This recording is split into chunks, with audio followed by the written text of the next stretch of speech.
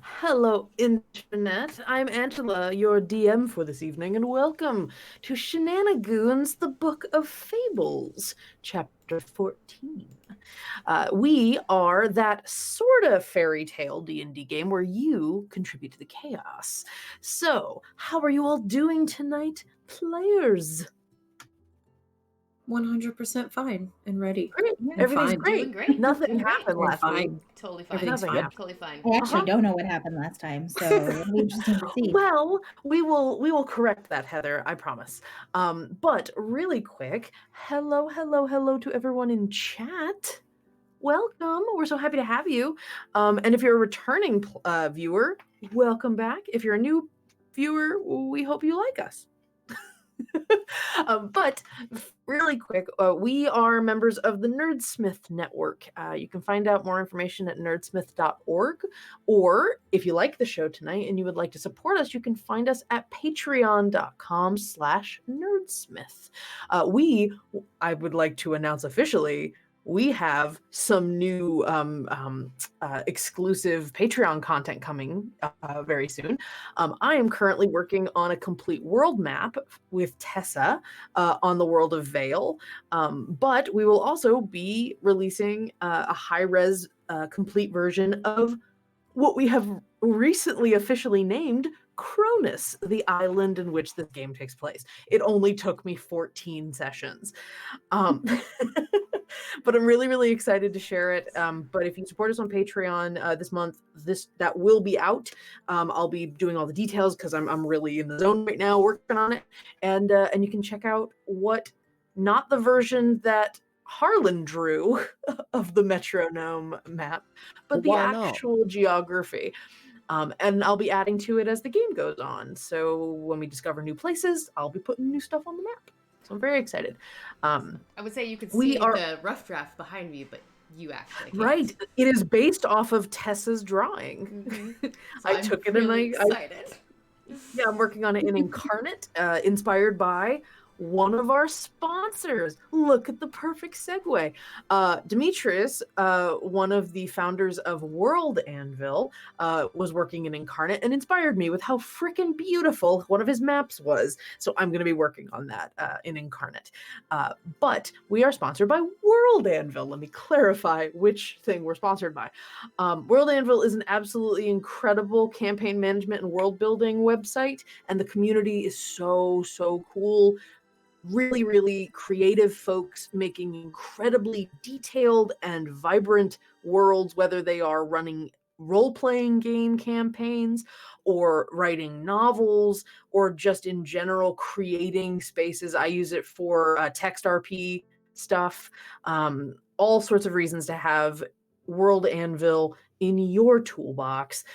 Please check them out. You can sign up for free for the vast majority of their features, but if you want some cool customization stuff or getting features early, you can consider becoming one of their guild members. You can help direct the development of the website as Demetrius keeps adding new features all the time. I am super excited every time I hear about a new feature that they're working on. They have a huge roadmap of all sorts of cool stuff that they're bringing in, and I'm delighted every time. So please check them out and light up the forge. worldanvil.com. Huzzah. We are also sponsored by Eldritch Foundry. Eldritch Foundry is a really kick-ass fantasy miniature designer that you can both get digital copies of your creations for use in maps and such, or top-down, which is very cool. You can also 3D print your miniatures. They have beautiful artwork and assets to make all sorts of familiar folk you'll find in the D&D universes. I personally am obsessed with the Furbolg. I think they look amazing.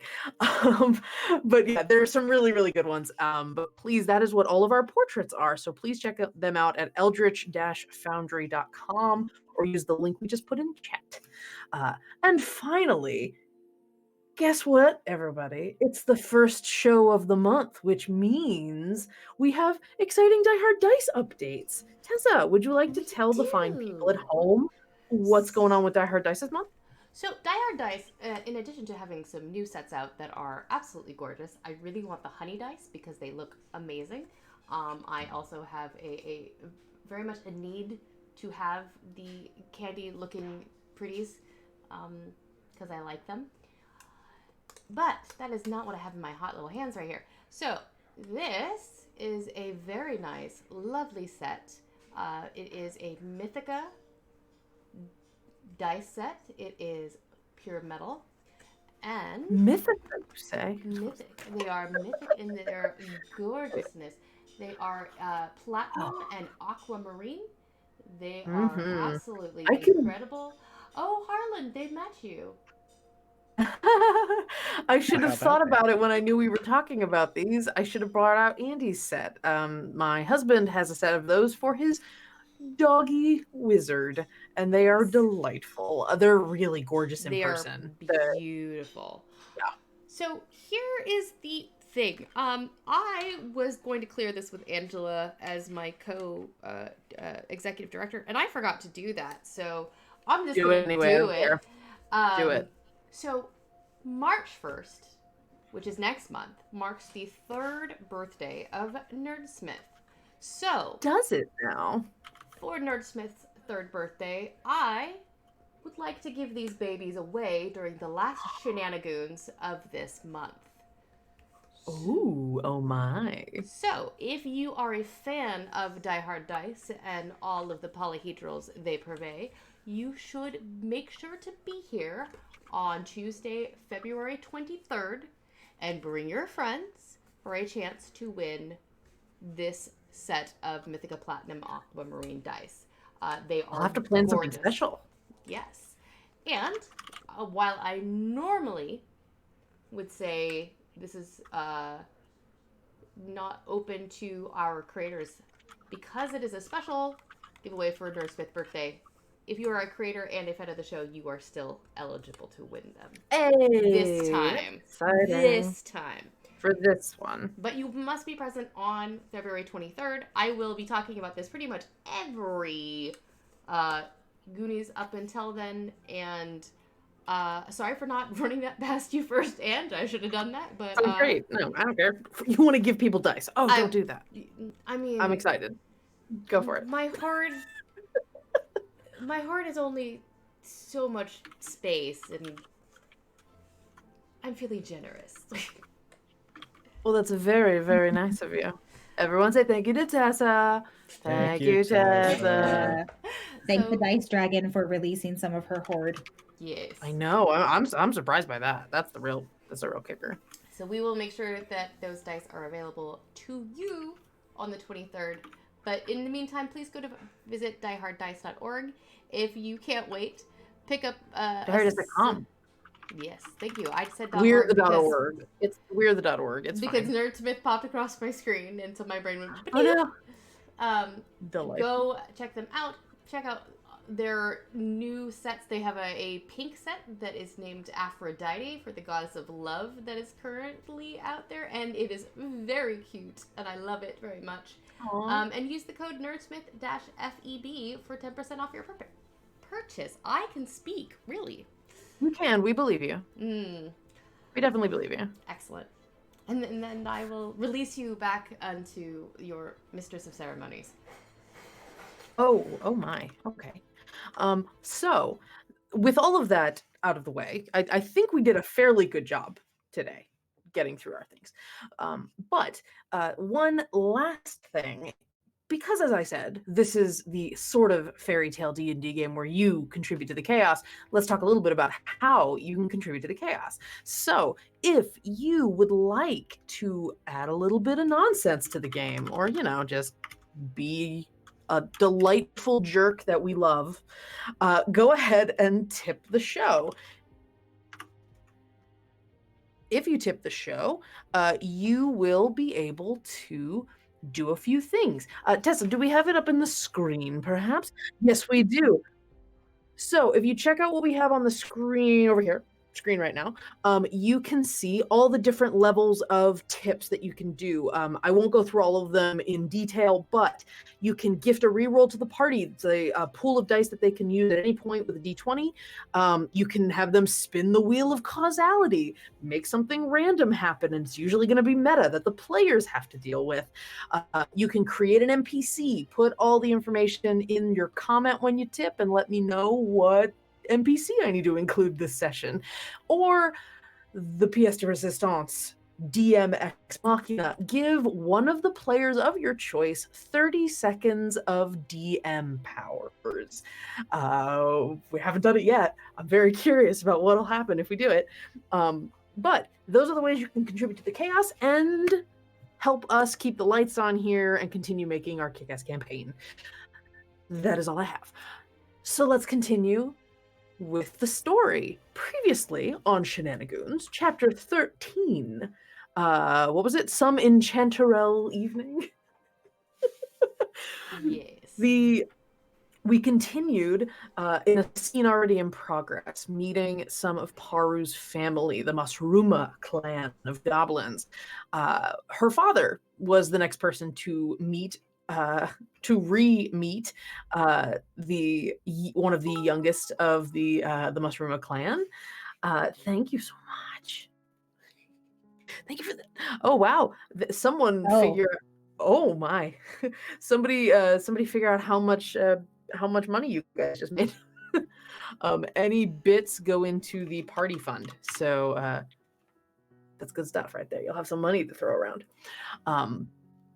The group went to the farm for the Masrumas and are starting to meet the family, the very large family that Paru felt often getting a little lost in the shuffle. But in general, this is what happened. You met Paru's father, who was begrudging, confused, but very pleased to see his daughter. There was a conflict with some Modrons, some of the clockwork creatures of who were telling the farmers of Chanterelle how to more efficiently farm, which was incorrect. They took it as how much are you going to take from the the ground rather than how do you plan for the future. Harlan tried to reason with them with some of his folksy wisdom. Ended up getting into a bit of a tug of war over the lawnmower harvester machine. Meanwhile, Paru and Oliette went to a little hidey hole out in the Briar Woods where Paru used to spend time as a child, which was very recently, only like 3 days ago. But it was where she also first was contacted or first communed with the Gaba Yaga, her ancestor, her patron, her mystical grandmother, fairy godmother. Fairy godmother. We'll say fairy godmother. I was gonna say fairy godmother is perfect. Yes. So they spend a little time there discussing what they wanted out of their lives and what they expected the future to hold. It was very sweet. And as they left, Paru realized there was a tea set, a little clay tea set that she had made as a child. And it was steaming, and she poured tea out of the teapot, and it poured into the teacups. And when she opened the tea kettle, there was nothing inside. Very magic trick. She kept the tea set, brought it with them, and as they were leaving, the vines in the briar behind them started to form a monster with glowing yellow eyes and rage in its soul. They all combated through various means, whether whether getting knocked unconscious almost immediately because of a critical hit, or launching the harvester like a flying lawnmower at the thing, or telling a delightfully petty poem about Verlaine. And charming the shit out of this monster and convincing it to go attack the Modrons.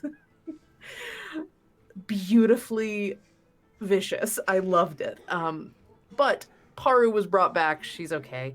And the fight resulted in the utter destruction of this vine golem that Oliette ripped the mask off of, because it had sort of a helmet mask, which now she has a shield that is in the shape of this thing. But on the back of it, she found pictures and writing and names. Your names, portraits. Underneath Oliette's name, however, you found several things scratched out before it finally concluded with the little bookish girl. And also noted that as they were studying these things, they found that the hand at which was drawing these pictures might be a little unsteady for some reason. And that gave them pause. But for the safety of everyone involved, the group proceeds to leave. Oh, I missed the most important part. Oliette has spent the entire session as Katora Youngtaker, the orcish arm wrestling champion who Harland fancies, who Harland didn't notice wasn't Kat. Spent the entire session assuming it was. Thank you for the chapstick. That's really important there. Kyle, Perfect thank timing. Perfect timing. you. Thematically important. So through a hilarious series of miscommunications, Harlan laid one on Oliette, thinking he was kissing Kat. And as they both said, I didn't hate it. It was eventually cleared up. They both still concluded they didn't hate it. But, they're going to head back to town now. And we're just assuming that Beza was dealing with something. I'm gonna say that Paru's little brother dragged her somewhere and made her do something like Okay. talk about how cool Kat was or something. You remember that time they all think that Katora Youngtaker can fly now. Yep. And thank you, by the way, for that $25 donation that we saw pop up from someone. Yeah. Thank you, Graham Crackers. That's a Graham great Crackers, name, by the way. That is a $50 in bits, which is equal to 5 platinum, or we can go ahead and make that a DM ex machina if Angela thinks we should do that. Up to you. Okay, what do you think, party? Do you want 5 platinum to spend as you see fit, or does someone want to control the first 30 seconds of session? Let's go for a vote. Raise your hand if you would like platinum. We are broke. We are so very broke. Raise your hand That's if you really would like hard. platinum. I mean, yeah. 1, 2, 3. Okay, fine. Okay, We will give the party 5 Thank you, platinum Graham. to spend as they see fit. Maybe I'll maybe at some point we'll how about this? Y'all can have the 5 platinum. Shoot, I like we should have been DM for 30 seconds and found 10 platinum on the road. Oh, We damn. Graham Crackers, here's what I'm gonna say. At some point while you're watching the session, you can announce in chat that you would like to trigger the DM ex machina. I will allow it to happen. Everything's fine. I will allow that to happen. You are a kind and benevolent goddess. Benevolent. Well, I want to see what happens, and it's not like anything of particular importance is going to happen tonight anyway. So there's no harm, no foul. It's fine. All right, so. And then I'm not sure who actually did the $25 donation, because I believe that was separate, because I didn't see a name attached to it, so. It popped up through Streamlabs. Let me check. Donation history. You. Okay, beautiful. Oh, that's delightful. All right. I love that Thank reaction. you, Mouse. Thank you, Mouse, for your delightful donation. I will most assuredly include this in the session. Uh-oh. Anyway, so let's continue. As you start heading back to the city proper, it is evening. and a bustling mushroom town is Chanterelle. You have Kat's address, so you know that you can go hang out with her in the area of this underground, this sort of, not really underground, but like dome, like under the shadow of the mountain crevasse. I don't know. Oh, the plotting in chat right now. So, as you're heading over towards, do you go to Kat's place directly, or do you do anything else while you're around? Since you have pretty much full reign of town, look for anything specific. Personally, Paru is wanting to get to Kat's place after the knowledge that Villain or someone like him sent this creature after them. That's fair. But I am not opposed to looking for a sweater daddy for Oliette if that is what she needs. We'll get to that. We'll get to that. Because let me tell you, how are you going to find him in the entire city? What are you going to do? Walk around going from building to building, sweater daddy, where are you? We're looking for a sweater daddy? Does anyone know a sweater daddy? Go by the marketplace. I make sweaters. Oh, man. Not sweater granddaddy. Yeah. Okay. What time is it right now? As we're making our way, as we're getting to town, it's evening, right? Yes, it is the equivalent of, like, let's say late dinner time. Okay. So, like, anyone socializing, people are out. You will note, however, that there are more Modrons wandering around. They are occasionally stopping people who seem like they are, like, heading out for the evening.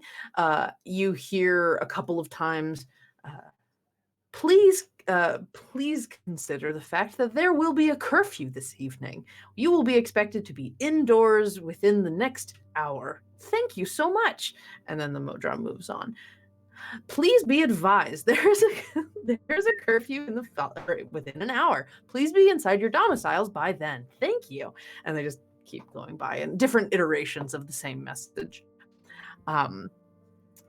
So you do get a sense of boom, boom, boom. A curfew has been placed on the town of Chanterelle, and so, late night clubbing and bar hopping might not be in the cards if you want to stay under the radar.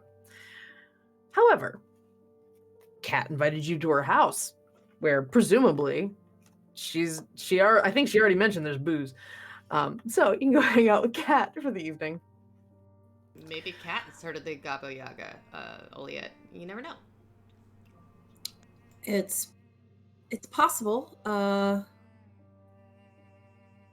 Yeah, I mean, it's better than paying for a place to hang out. Mm-hmm. Free house. She's got sponsors. She's kind of rich. Yeah. Pretty good. Pretty good. Let's rage. Yeah. Let's do this. Oliette now looking like Oliette again. Yes. So you start and very intentionally walking on the opposite side of the group from Harland. Just kind of, honestly, not even looking for sweater daddy. 100% preoccupied. I mean, fair enough. That's very fair. So you Call your expressions very loud. Mm-hmm. Very good.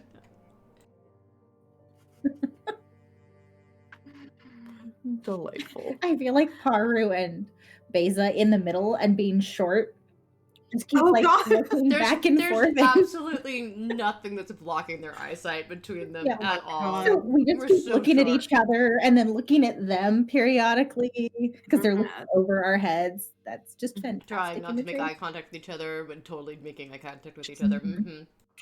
Oh yeah. The name of the game is Surreptitious Glances. Yeah. The kind where you just barely catch each other and then just all this. Yeah. So as you head towards the outer portions of town, which basically have a series of sort of elevated levels till you have houses that line the actual stone walls of this huge cave. You end up in a place called the Oyster District.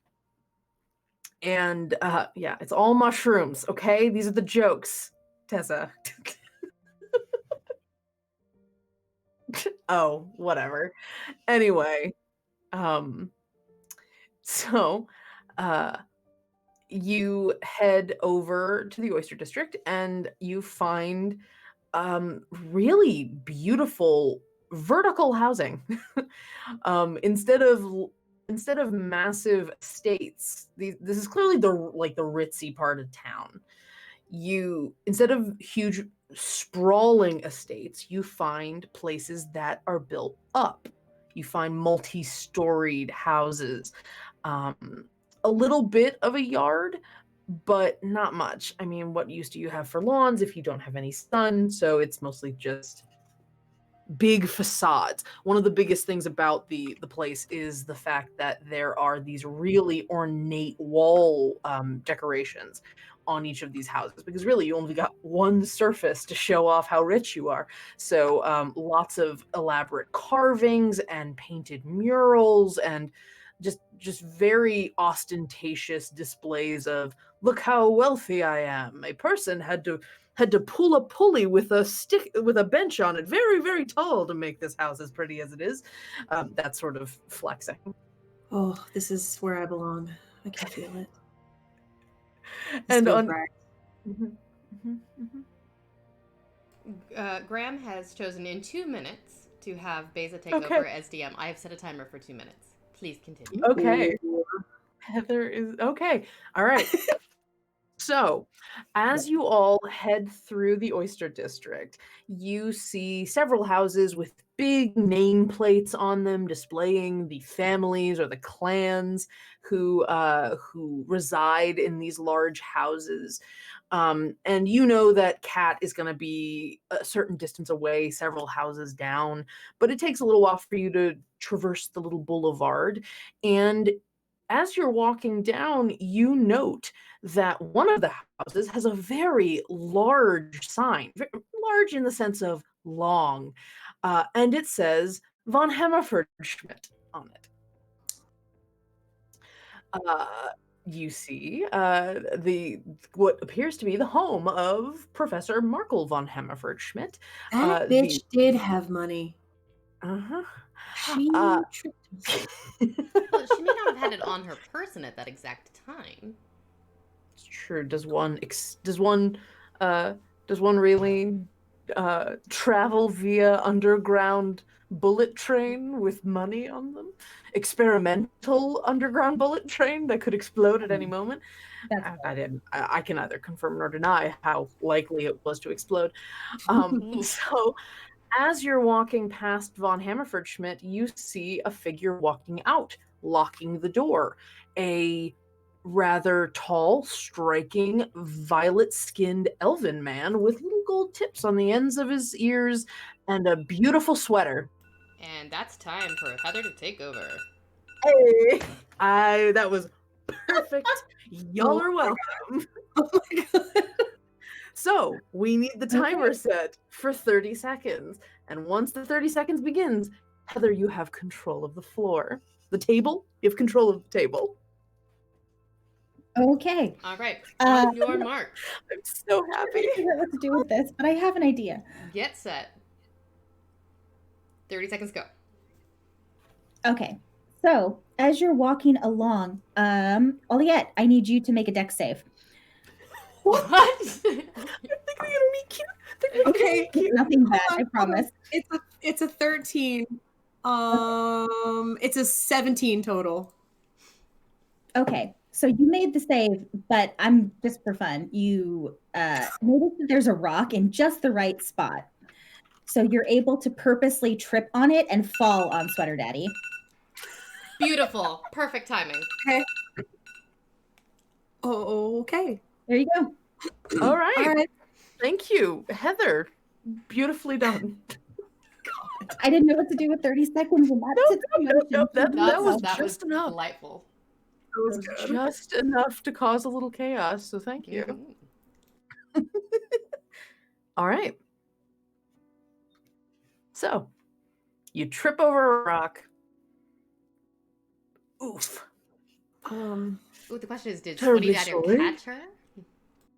Oh well. That's true. That's Does Sweater Daddy actually catch me, or He manages to be like, oh, he like kind of like holds your elbows and kind of stops you from falling. He did have a kind of his leather satchel, his messenger bag. Terribly sorry. Are you all right? I am now. Thank you. I remember you actually. I think the train. Ah, yes, and he kind of glances between you and the other very notable members of your group. Yes, I recall. How do you do? My name is Kiel, and he puts his hand out, I do the annoying dainty girl. and he kind of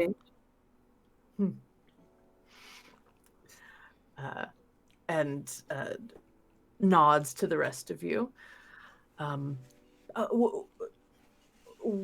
What are your names? I'm so sorry. It's terribly rude of me. Oh, well, I'm Oliette. Zindanar. I don't know if you've ever heard of. It's fine. Don't worry about it. And then this is Beza. And this is Paru. Hello. And this is Harland. These are my friends. Pleasure. I was... Do you live here? No, I don't. A colleague of mine. I'm here for a visit to in the middle of research right now. What are you yeah. researching? We met her. She's the crazy one from the train. From the You've tunnel. met Markle, I understand. Yes. She is certainly a card. But you actually want to know what I'm researching? Just out of curiosity. I mean, you know. Well, and he kind of glances around a little bit. There's Modrons marching a little bit down the way. A little bit of metaphysical research, dealing with the nature of the chronograms and the chaotic energies that they so, and he kind of glances again, they so graciously protect us from. That must be fascinating research. It truly is. This is not my normal port of call. As I said, visiting Markle during a break in some of my research studies, and she gave me a key to come and glow. That you do. Pardon. It's okay. Well, I, as I said, I'm a guest of Professor von Hemmerfridschmidt. So, which chronogram or chronica do you hail from originally? Chronogram 2, actually. Well, you're far away from home, then. I often am. I actually do not reside there currently.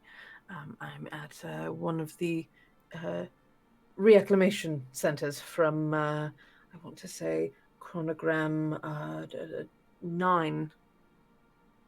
No, you work at one of the In the library. They allow me to work there. They have a considerable collection, and it's often very useful to... Yes, Oliette. Can I try and get a read on why is he so twitchy? Why is he so nervous? What's going on here? Okay, go ahead and give me an insight check. I don't know what's going on here. Ooh, that's a 17 on the die. Insight, so 19. 19. He might just be a slightly fidgety person around people. But you do note that he is sort of halting his speech until the Modrons are out of view.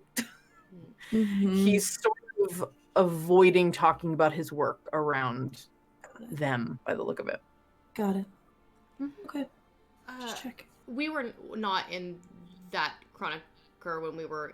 You were in Chronogram 4 when you started. If they have a considerable collection, I wonder, would you mind if I donated a book to the collection? Maybe you could take it with you.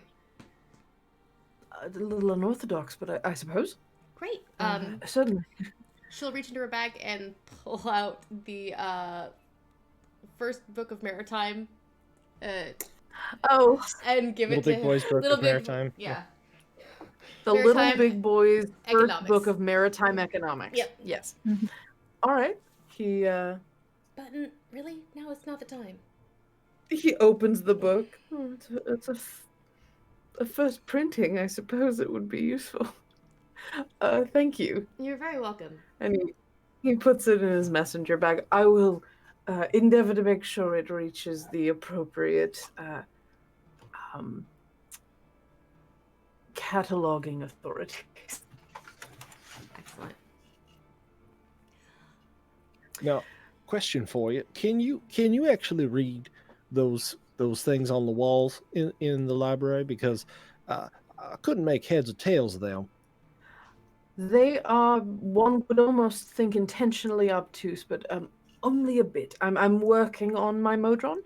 It's very rudimentary right now, but a little, let's say. Yeah, the filing system looks like someone vomited up math equations. You know, that's not a terribly bad way of describing it. Wait, is that how they write? Just numbers. Well, if I'm not mistaken, I do believe that Oliette is an incredible linguist. Perhaps she could give you some help? Do you speak Modron? Beep. How much do you bullshit this? I Bop. dabble. 4. I dabble. 19. Mm-hmm. Here and there, I do a little of everything. There's a moment though of Harlan just shouting numbers that does draw his attention. Like, I feel like that's basically accurate. I feel like Harlan's got it. yeah, no, it's That's absolutely what I hear anyway. No, I've never been myself. Few of us residents have, but the clockwork nirvana of Mechanis is a place of almost how would one describe it? The levels of complexity that one would find there would Be complex. boggle. And their language is no exception. We're Well, working on another wavelength, as far as I can tell. We do our best to keep up. As do we all. that's fair. Yeah. Well, we don't want to keep you. I'm sure you have very important things to do. Well, a few things that I need to have done before this apparent curfew. Of course. Oh, I don't suppose in any of your research you've come across a figure called the Gabo Yaga by any chance? We were just positing earlier. He kind of looks at you a little funny. What? You mean the Baga Yaga? The Baga Yaga? Yes, that could be just a slight mistranslation or a regional term, perhaps. Maybe. I heard the name when I was very young. I may have also misheard it, so it's entirely possible. Ah, I've come across the name a number of times in my research, actually. interesting. I would very much like to know more about them. If you have any directions you could potentially point me. for learning. Oh, well. And he sort of like just gestures at himself. I suppose within the general distance, you wouldn't find, you wouldn't necessarily be guaranteed to find anyone with more awareness of it than me. Not to. And humble too. I try. But if you where are you off to right now? Oh, we're just off to a friend's house for the evening. I don't want to take up your time. Perhaps we could meet tomorrow morning. In the morning? Yes. Absolutely. I would love the chance to get a little bit into the esoterics of my work. A few very interesting footnotes include ideas about the nature of the being you referenced. What did you call it? The Gaba Yaga? I get fascinated with regional dialect differences. Right. Excellent. Yes, I would very much like that. Let's say 9 o'clock. Sounds perfect. Excellent. Thank you so much. I really appreciate it. Of course. I suspect Marco will be back by then, so you please feel free to call. I'm sure she'll welcome the company. Oh, excellent. Wonderful. I would be delighted to hear of her exploits and see how her latest experiment is going. Ah, so you met Marco in the field. Yes. Yep. And he gets Oh. this look of recognition on his face. Oh. That would explain that. And he made reaches sure out. It was covered up. I'm sure she appreciated that. Well, I do have to get going, Of but course. it was a pleasure to meet you all. He does reach to shake your hand again, Oliette, since you were the one that did that. Fair. I'll shake his hand again, and He puts a hand on top of yours. Is like, again, so sorry for the collision. no, not at all. Not at all. I look forward to seeing you in the morning and hearing more about your physical research. Fuck. He gets this sort of like, see you then. And he wanders off with his messenger bag, also sort of looking around a little clandestinely. Picks up the pace a little bit when you see down the road some Modrons coming your direction. Fair. Had you And flirted fun. any harder, he may have self-combusted. I take that as a compliment. Mm-hmm. Yeah, he Shall definitely we? looked bothered. Well, I do my best. Carmen looks like fucking deer in headlights right now. The poor boy. I'm not sure what to make of that interaction. He was awful nice though. Mm-hmm. Yeah. And finding out that I've been saying the name wrong for years makes me Well, feel we don't know that. Yeah, that's true. I mean, he was talking about a Baba Yaga, but he might have been talking about a different version of what you have. Maybe they're siblings or something. We don't know. Hey. Or maybe it doesn't quite matter what you call her, because maybe she knows what you mean. Maybe. I like that. It's the sentiment that counts. Yeah.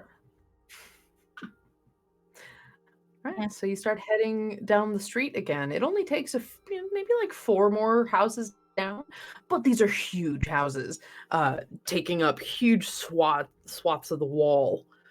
Very tall, very wide, but flat against the cave walls. Some of them even like kind of curve because they're just literally following the wall. And so they have this very bizarre kind of like almost a little bit of a canopy vibe with these windows getting a little closer to each other on either side of this tunnel that you end up going down. And as you arrive at a very distinct home with torches like up several stories, these big green, they're green, let's be honest, they're green torches. And there is like some sort of mural on the front that is very, oh gosh, it's very like an atlas carrying the globe sort of vibe. Except it's like Cat clearly over accentuating her musculature, like with her hand, like it's a mix between the Atlas holding a world and like Rosie the Riveter, because it's like showing off a fist, like showing off her bicep, and there's just like a pile of bodies in the mural on the ground. She's standing on top of them. Clearly, Nice. half of them are like, oh, like holding their arms. Amazing. I love her. But yeah, so this is the facade of the home, and it says Katora Youngtaker, champion of 6 chronograms. I like a style. I agree. Harland, would you like to knock and present us? She doesn't quite look like that. I think But it's pretty close. They call it artistic license, I think. Ah, then that is, I will take that under advisement. And Yeah. Harlan will walk up to the door and shave and a haircut. For a moment, Harlan, you go, artistic license, I gotta get me one of those. And the door almost immediately opens, and you see this short, burly, orcish sort of fellow, only barely taller than Beza, looking up at you. He's got kind of a almost like a turtleneck going, it's like a tactical turtleneck. It's black and very formal. He looks up at you with these like beady little pink eyes and is like, "Can I help you?" Pardon me, but is this the Youngtaker residence? Does it say Youngtaker on the top of the door? I would not know. That's ableist. You could just answer his question. Yes, you are at the correct residence. Well, if you could let Kat know that we are present and accounted for as per her invitation earlier, then He looks you up and down, Harland. She's expecting you. Come on. My reputation precedes me. He opens the door and like holds it for you. Thank you. And as you all go in, you find that the house is also ostentatious and like marble, and it's palatial inside. There's like a fountain. There's multiple staircases heading upwards. It looks like there's a balcony a little ahead, and yeah, there's lining the walls are trophies and tapestries that have like medals hanging from them. There's lots of champion accoutrement all over this place. Oh, look, I matched the house. And you do, Beza. Fucking hell. So you, this sort of orcish man, wanders in with you, and may May I take anyone's coat or hat? I'm not wearing any. No, thank you. If if I can get it back. That I'm is never the standard exchange, yes. I've never had a valet before. I've never had a you before. Isn't that one of those like where you check something and they get it back to you if you give them a little piece of paper? Mm-hmm. Yeah. I do not require a paper. I will remember you. Are you sure? I could give him a I am name. very, very sure. I think you should give him your name just to be safe. Very well. It's Holland Firebranch. That's Harland Firebranch. That's how you spell it. Harlot.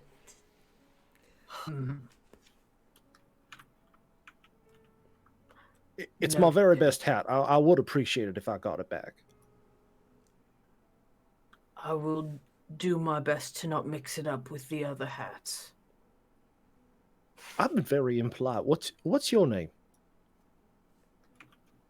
Jago. Jago? Like one that runs in place? Like a Z. Oh. X. Like an X. Sorry. That was Angela fucking up the spelling. It's Xago. Jago. It's nice to meet you, Jago. I'm Paru. I'm Beza. Oh, sorry. I'm all yet. I feel like you should already know that. That's okay. That's okay. It happens. It happens. No worries. And Harland Firebranch. Yeah, last I checked. Owner of the hat. Yeah, last I checked. Noted. And this awkward stare down with this short little goblin man continues. He's like I'm keeping it vague. He's like orc-ish, but he's just very squat. He's actually kind of like if an orc was a dwarf. That's kind of the like physicality you're looking at. Short, squat, beefy guy with a tactical turtleneck. I will fetch Miss Youngtaker. Much obliged. And he turns around, reaches over where there's like hooks on the wall, and just puts your hat there and keeps walking. Bob a damn.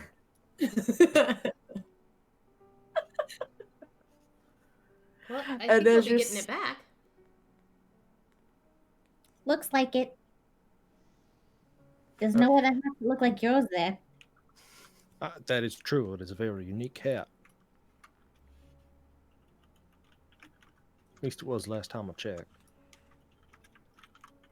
I think it probably still is. I see you smirking, Angela. What's going on? Typing something. You hear coming down the stairwell, "Hey ho, the gang's all here."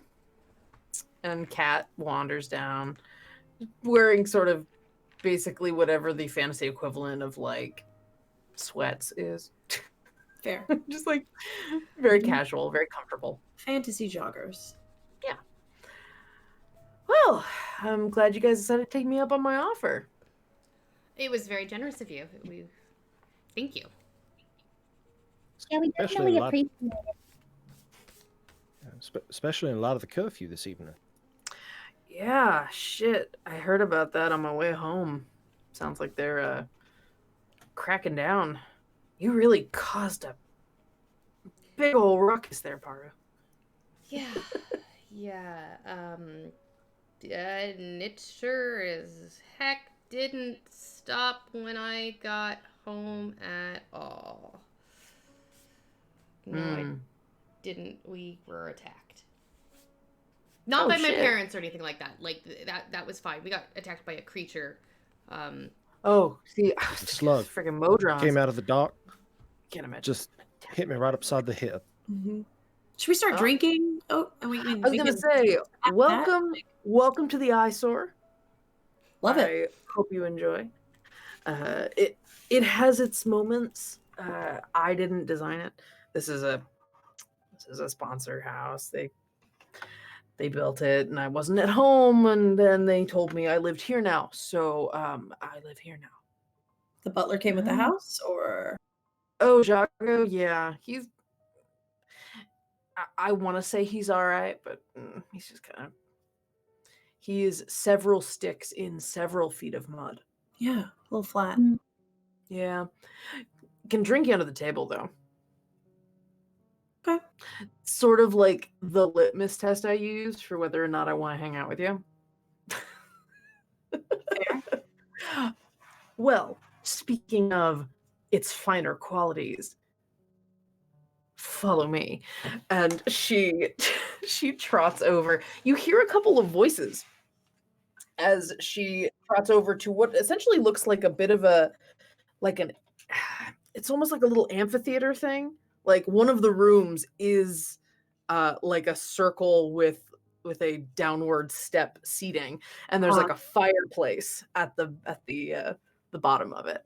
Yeah. And you see a few people already in their cups hanging out near the bottom of this little amphitheater space.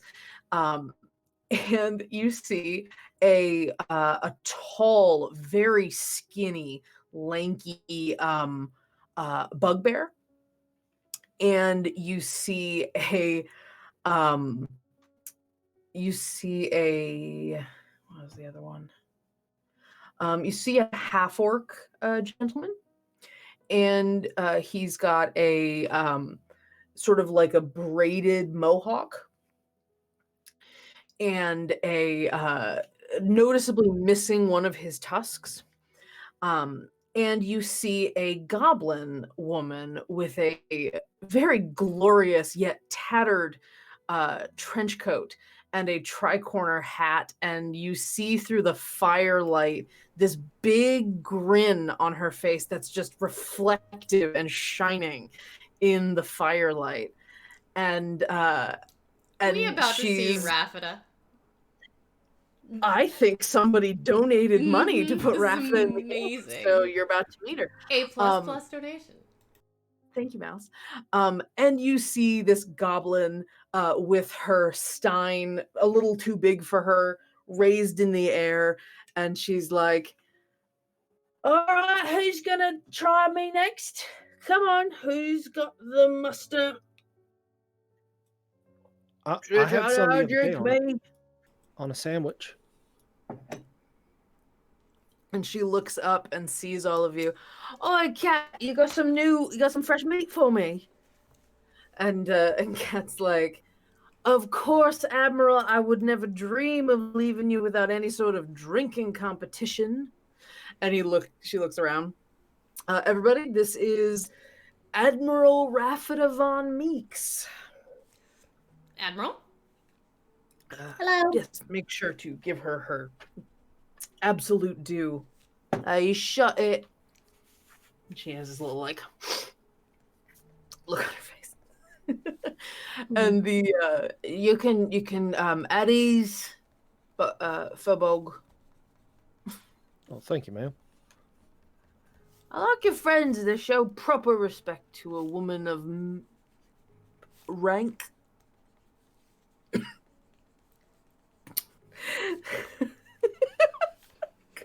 I mean to get Kyle.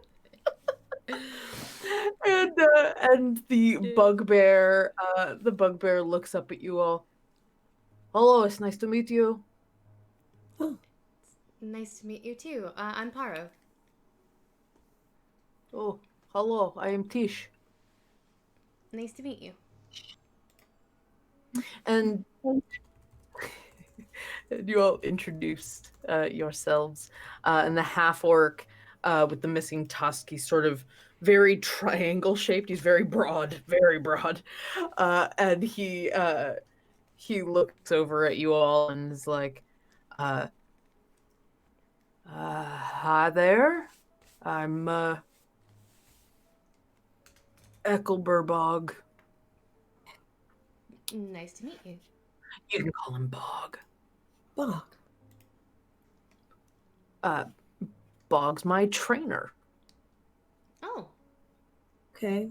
Taught me Gotcha. everything he knows, and now I'm better than him. At arm wrestling? Yeah. Bog got me ready for a number of championships. Wouldn't have done them without him. That's why she keeps me on the payroll. I Well, thought she keeps you on the payroll because of your shun and personality. Bog looks. Just one, They're two. both good reasons, right? Oh, yeah, absolutely. Come on down, let's go. We're in the middle of our party. Raffida just standing up on a bench. so, what are we partaking in this evening? Literally anything I scarpered from the cupboards. Yeah, Raffida showed up and just started drinking. Oh, Into well, it. all right then. Leans over to Oliette.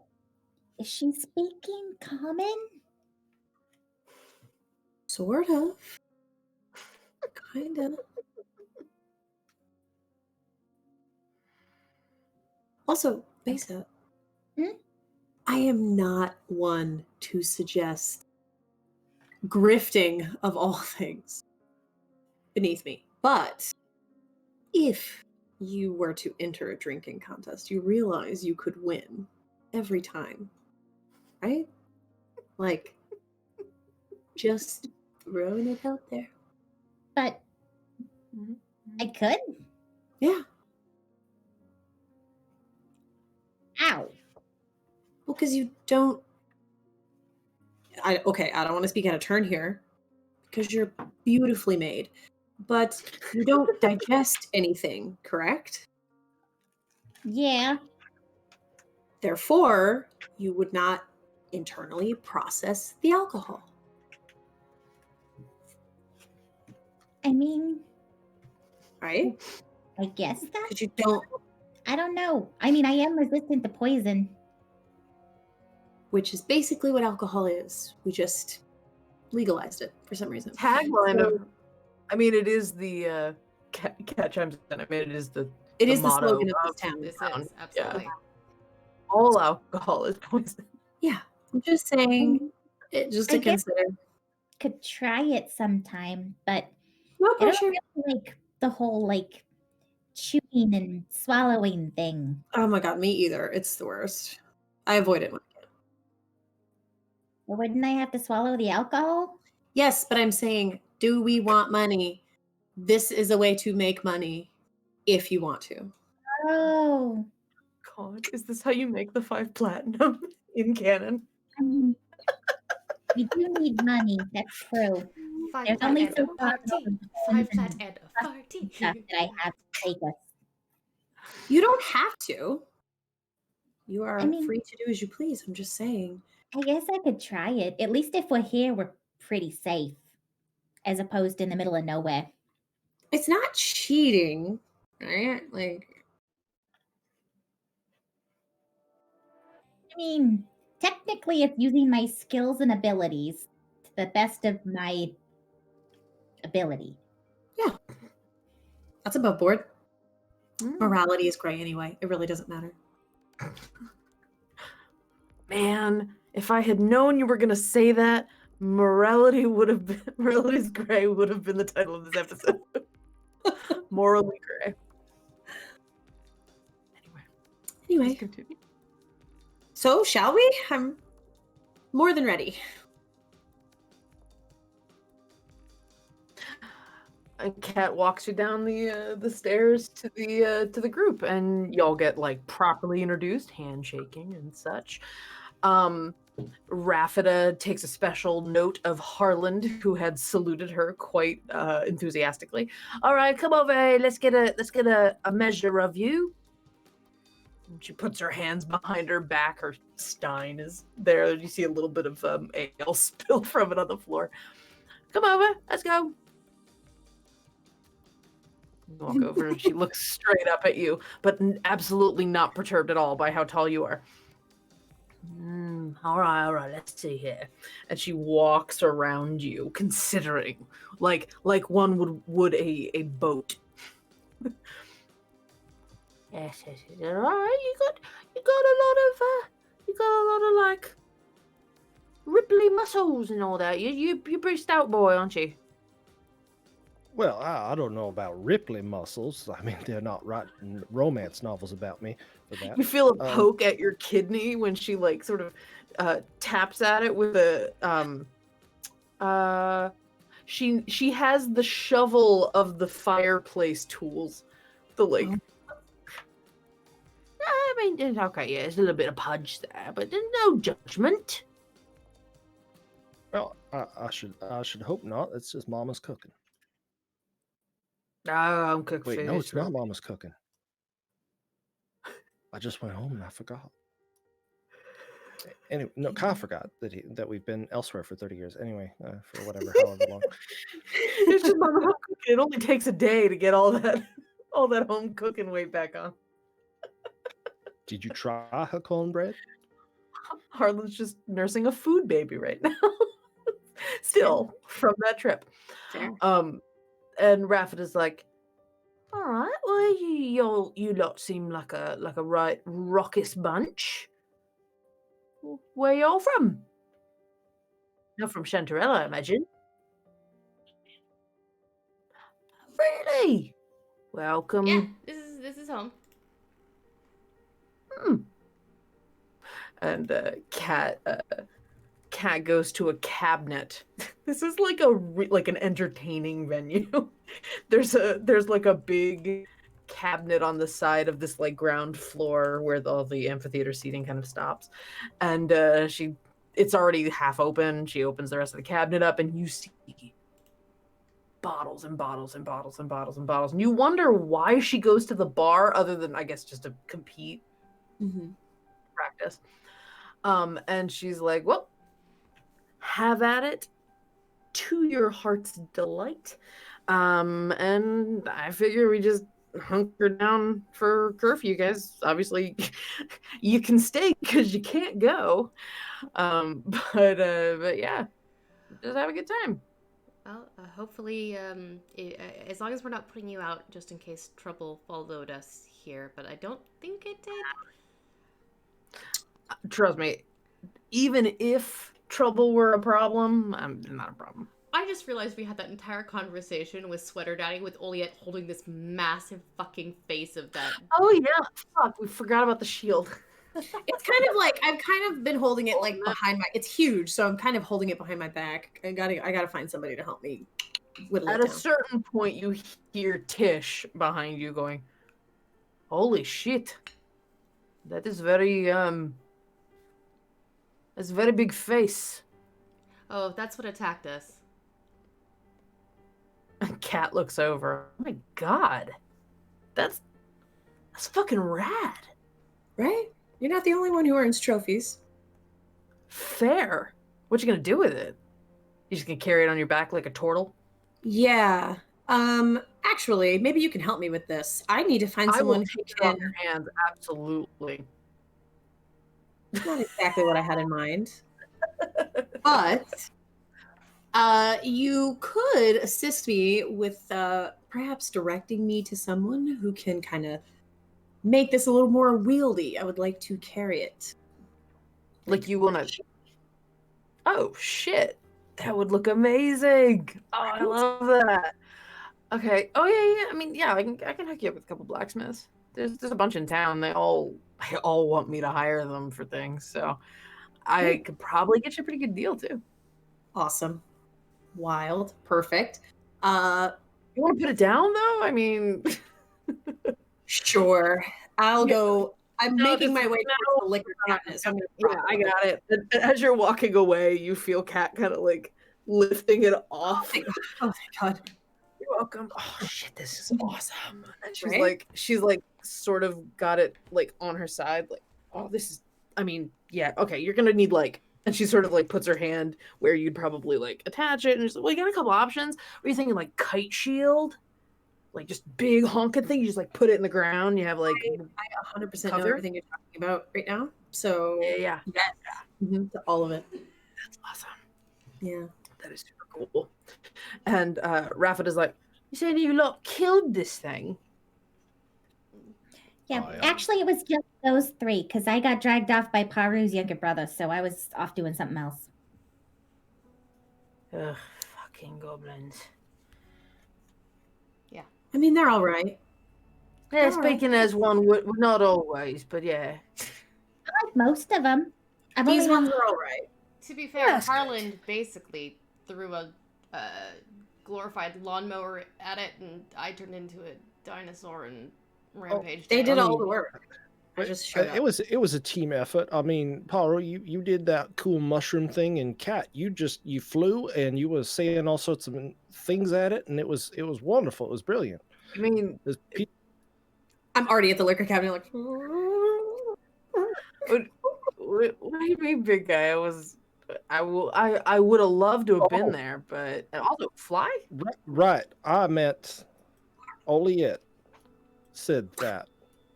I could She did see. that. I could see the confusion. Just spit an image of each other. Yeah, might as well. Maybe we were separate at birth. Oh yeah, I don't know. Maybe. Oh yeah, do you want any horns or tusks or anything to go on the shield too? Because then you could poke people with it also. Oh my god. That's a brilliant idea. You see Bog kind of. No, not. It's fine. No, I only have the one. So. Oh no, I mean these. And she pulls out some random horns and tusks and whatever. Oh, could I look? Yeah, if you want. I've got a lot. Looks over and starts. Promise they're not from orcs. Oh, if these were from orcs, you are well within your right to slay them. These are magnificent trophies. Look through the collection. If we happen to see an orc with very, very beautiful teeth, we can just lay them out flat. Just take them teeth. There would need to be an agreement. No, I mean, if you want one, you can have it. I have a lot of these. Yes, please. And she'll pull out some more. I don't know what size is the right one. Any size. These are great. And he goes through them and he starts like kind of picking one out. You see Kat Probably with her some arms crossed. like- She's just kind of grinning at him. Probably some that have carving on them. Absolutely. And Kat, Oliet, as you're just like, drink. Are you actually pouring anything? You're just pouring into the glasses and drinking immediately. Oh man. Paru, what are you up to? Paru As this sort of gathering, this little gathering kind of breaks out. Paru is actually gonna Paru's gonna ask if it would be alright if she made some tea. And I'm actually gonna pour an extra cup in the teacup that I made. If there was tea for me by this from this mysterious potential Baba Yaga, I'm going to return the favor. Sure. So yeah, you brew some tea. I am going to lace it with some whiskey though. Make Oh, a little like fair. a little hot toddy. Yeah. I mean, you were a kid when you did that last. Mm-hmm. You're just improving the recipe. Exactly. So yeah, you go ahead and you spike the tea. I mean, yeah. And I gotta whisper, I hope this is okay. And she pours it in. Oh, What oh my are you? God. Button. Button, what are you doing? Excuse me, I have to go rescue Button from a corner. Okay. So Oliette, are you just like, Hi. are you actually pouring drinks, or are you just pouring alcohol into a glass and then drinking it and then pouring more alcohol into a Yeah, glass? yeah, I kind of, as people are milling around and starting to mingle and make conversation, I honestly am going to I'm not being antisocial necessarily, but I am going to kind of sit off to the side, and I'm just pouring like this much in out of the glass and then emptying it, pouring it back in, just kind of observing. Oh, okay. So not actually drinking that much. I'm going to time this time, because last time I tried to go hard, it didn't go so hot, and I had a nightmare about someone I didn't want to have a nightmare about, I think. And then bad things are happening, so I'm just gonna chill out for a second. Yep. All right. So, yeah, people are just like hanging out. Things get a little raucous every so often.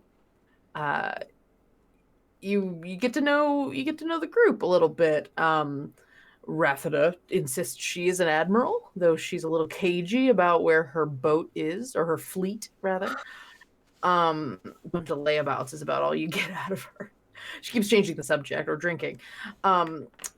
Tish is just like they live nearby. You get the sense that there's like maybe some shady dealings with Tish, but Tish seems like a sweetheart. Maybe just kind of like a dumb strong arm of some sort of illicit activity. And Bog is just a complete softie. You think either he just looks really scary, or maybe he's been like bumped in the head a few times. But he has been training Kat since she was as he puts it, barely grown into her teeth. He's an middle-aged orc. Got a little bit of gray in the braided mohawk. Nice. And yeah, so you guys hang out quite a bit. At one point, Raffida tries to get a card game going. Whoever would be interested, she tries. You want to get in on this, Harlan? Never one to turn down a game of chance. Mm-hmm. Okay, so she goes, all right, so have you ever played Impending Doom? I get a sense of that all the time. I can't say that I've played it. Yeah, I've never played the game, but isn't that just life? We do live that every day, yes. Well, we could call it something else if you want. Regardless, it's a game. It's a card game. Figured that we could make the evening a little interesting. Sure. And she kind of grins and get the silver teeth. These teeth are too big for her face. They seem to be a little. They might be like false teeth. Got yourself a grill. Oh yeah, my pride and joy. Looks good. Thank you. So rarely get compliments on it. People are more running, screaming, yelling at me, throw me in jail. Okay. Sounds like just a riotous good time. I thought so too. It sounds like last week. There were some disagreements on the point. I'm just glad that I am not the only goblin with interesting teeth for a goblin. So. Oh yeah, your chompers are beautiful. Oh, thank you. So, who's in? Oh well, I can explain the rules first if you want to decide if you want to play. But you all seem like I'm in. You seem like luck's on your side. As she looks over at the shield, the soon-to-be shield. Oh, that's not luck, but I'm game. All right. So she pulls out a deck of cards. There are 20 cards in the deck, and she She shuffles through. She's like, all right, so this is impending doom. This is a pressure luck sort of game. As the dealer, I will declare a card, but before I do, you all got to put in your ante. You put your bet in, and then when the dealer declares a card, we're going to shuffle the deck, put it in the middle, everybody pulls a card. If you pull the card I said, you win. If you don't, if nobody pulls a card, we'll put another round of bets in, and then we try again. Oh, so the first person to win takes the entire pot. Correct. High stakes, drama. It's the best kind of game. Now, Especially if you've got do we money. shuffle the cards back into the pile before drawing a second time, or do we just continue drawing from that pile until there is a winner? We keep, well, one's the easy round and one's the hard round. It just seems that the stakes would get larger if we reshuffled the cards all back into the pile. We could do that. We could do that, definitely. I don't have any money. I mean, I have those. And she points at like the horns and stuff. Well, I mean, if that's what you want to do, someone could spot you. That's also an option. But, I mean, everybody's got something. Even if you don't think it has value, it could still be fun. That's fair. That's fair. I mean, I have those and I have this. And she pulls out the like crazy multicolor skin she pulled out at the bar the other night. Kat's like, I have an alternative option if you don't want to play for cash. And Rafida, like, scowls over at her like, what are you talking about don't pay for cash? You play for coin when you play Impending Doom. That's the way you play Impending Doom.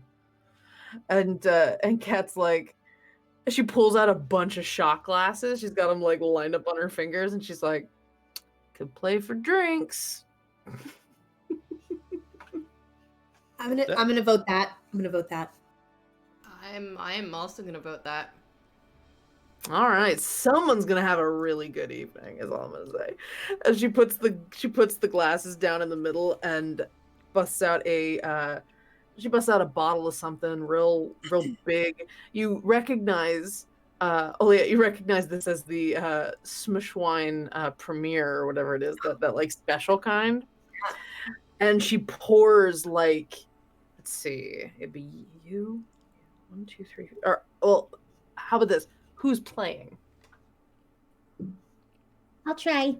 Okay, so that's 4. I don't want to. 4. I mean, I am honestly kind of curious to see what alcohol does to me, if it does anything. 4 and Cat. Oh, actually, yeah, Cat. Rafida's dealer, but I think there should be a win condition for the dealer, but it's fine. Sounds like just playing. Oh no, might be... the dealer could probably also pull a card because they put the deck in the middle, and then everybody sees if they can pull the card. So, so you guys, Cat, Rafida, Tish, and Bog. So there's 8 people. Okay, so that's 8 dice rolls. Nice. That's a pretty good percentage. Let's see what happens.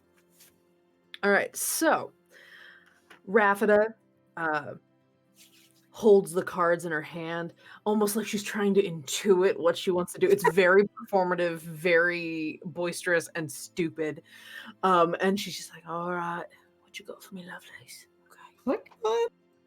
She listens to them. She's trying to she's very much playing this up. And then she puts the deck down. All right, the cards have spoken.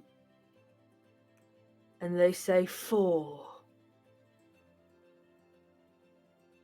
All right, everybody, put your bets in. And you all, the starting bet is a drink. Okay. So we bet a drink. How does this Put work? a shot in the middle of the table. Oh. Whoever wins gets all the drinks.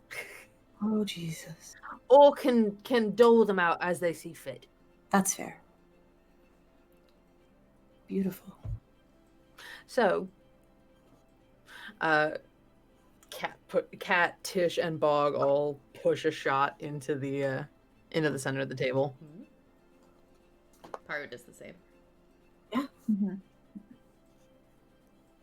All right, Might so as everybody well. puts in, and then everybody proceeds to draw a card. Each of you. So we're gonna go in whatever order. Whoever, if someone rolls, it's the. If you're the first person to hit that card, you win the drinks. So, let's roll initiative. That's the fairest way to do this, I think. Okay. 30-20. 22. Oops. I got a natural 22. 20. Okay, I think Paru gets to go first then. I did not. Mhm. Yeah, I got a 20. So we have 22, 20. And we're just going to use this as the initiative order for the rest of the game. What did Oh, Olia that's get? not at all terrifying, and 4. 4. Okay. Roll And a nat 1. Oh man, Harland? 20. Jeez. Who's better, Beza or Harland? Dex. My dex is a +3. So Beza's got better dex. Okay. All right, and then Kat got a 13. Raffida. Raffida got a 13. Kat got a 9. Kat got a 9. And Tish got an 8. And Bog got a 3. All right, and Oliette. Okay. So, Paru, go ahead and roll a d20. See if you get a 4. all right. Nope, that is a 19. You pull the card out, and everyone's just like, oh. Good try, love. Let's see. Beza, go ahead and roll. That's a 20. It's such a waste of a 20. I know. Oh, in another game, that would have been a great card, love. Harlan?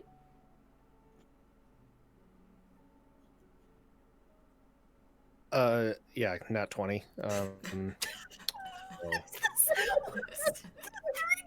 It's in the chat log. You Yeah, he's scrolling it, and I rolled mine in. It's fucking absurd. You want us to do all of them in that? I don't Would they be- care. Just tell me what you rolled. I don't really care where you roll. I trust y'all. Y'all are great. All right. Raffida's like, all right. Let's see what happens. 7. Darn. Kat rolls a 6. Tish goes in. Tish reaches into the deck. What does this mean? I get 4. And they're like, ah! And everyone pushes the drinks for Tish. And Tish is just like, oh, this is bounty of alcohol. I do not know what I will do with all of this. Oh yes, I remember what I do with all of this. And they pull out their glass and just starts pouring all of the shots into a glass. Respect. And Tish, by the way, is like sitting cross-legged, but their arms are really big, so they're just kind of like this. Oh my god, I love her. I love them. I love them. Yeah. So Raffida grabs the cards like, all right, good luck, good job, everybody. We'll try again. You know what we'll do? We'll do it in reverse order this time, so then the people who didn't get to pull will get to pull first this time. See what happens. And she shuffles the cards and puts the cards back in the deck, and you all bet your single drink. And Bog, so Raffida goes, all right, what are we gonna get? Let's say we're gonna do 9. Can you get a 9 out of the deck? Boop. And she shuffles them and puts the thing down. And Bog looks. Just pulls. He gets an 8. Oh, fine. So close. That's not how that works. Oh, still very close. Hair outside where it was supposed to be. Aliette. 16. All right. Always right. Good try. And Tish. 16. My luck is fine. As they continue nursing 8 shots of smush wine. Oh my god. I mean, it's not shots. I mean, smush wine is a drinkable wine. It's not a big deal. Cat goes in, gets a 12. Raffida looks around. And she pulls. Actually, do I have... trying to see if I have all of your passives. I think I do. What's everybody's passive perception? 15. Woof. 12. 11. What was Harlan's? 13. 13. Paru, what's yours? 15. 15. You watch as Raffida reaches for the deck as she's talking, like, it's fine. Everybody, and she's overly talking and gesticulating with a hand, and you watch as she slips a card onto the top of the deck.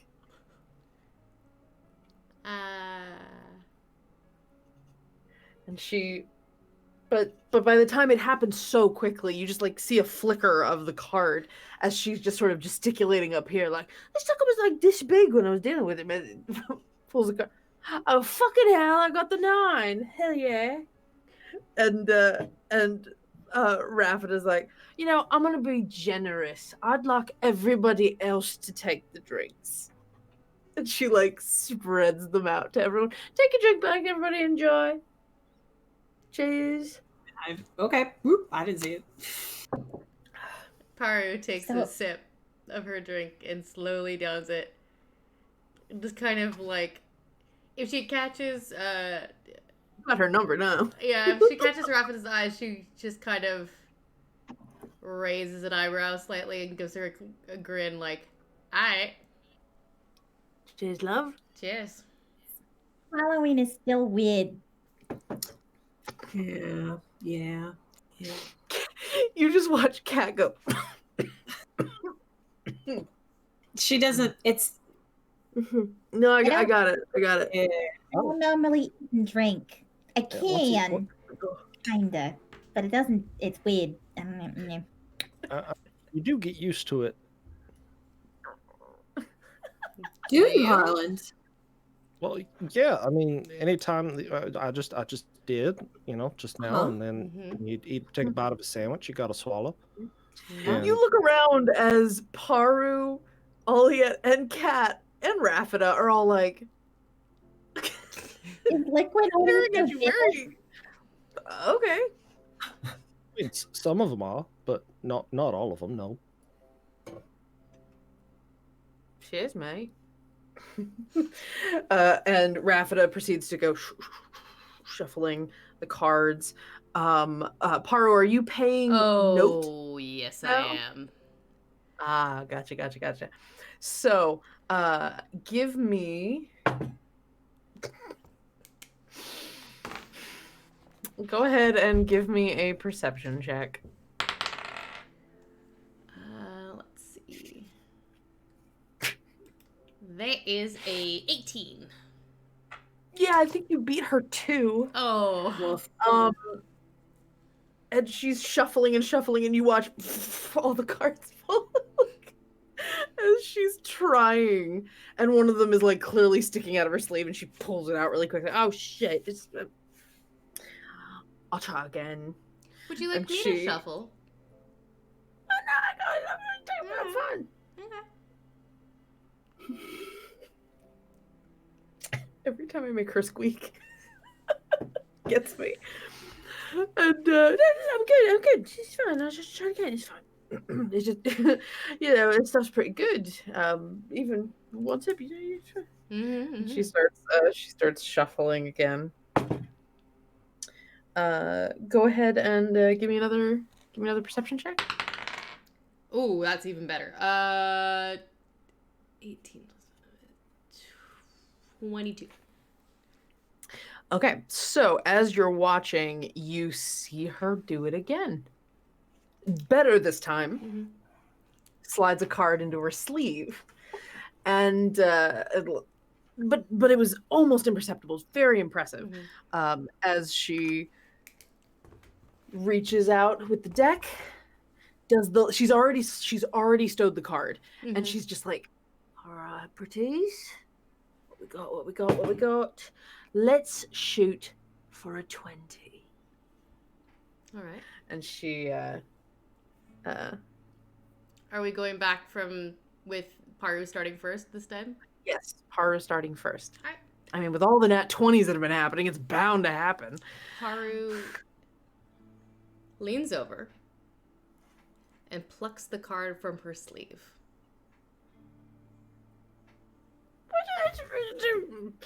You fucking magician. Oh yeah. Oh my god, a fucking round of applause. That's amazing. Cheers, love. That was very good. A magician is What card? I'm assuming it's the 20. That's a 20. The 20. Oh my god, she's amazing. Let me see her.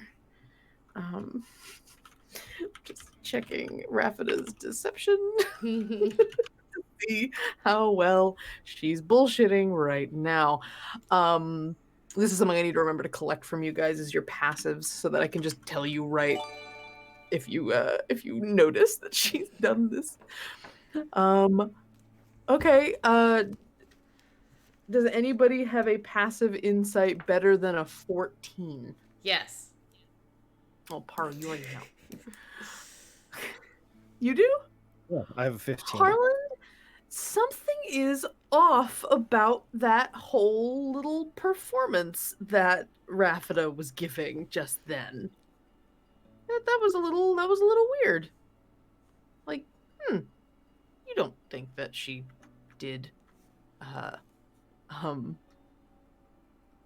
did anything magic? Now, I gotta ask. I am not the first. I'm not the first person that people would ask to count cards, but I was hoping that someone might be able to see the number of cards that are in that stack, right there. I'm just. I mean, she's got the 20s. There's going to be 19 in the deck because she's fucking magic. I mean, Alright. sure. I mean, go ahead and look. I mean, what you gonna? And she rolls up her sleeves. What are you gonna do? There's 19 cards. I mean, we've only ever seen 8 of them at a time, so I don't know if any of them are scoppering off. Oh, but so Paru, give me the card. We'll let Harlan count them. She hands it over. You have the deck. That's How well can Harlan count as well as he can spell? I hadn't determined that. I would think that he would at least be able to count to 20. Like, Sure. 40 even, if you count the toes.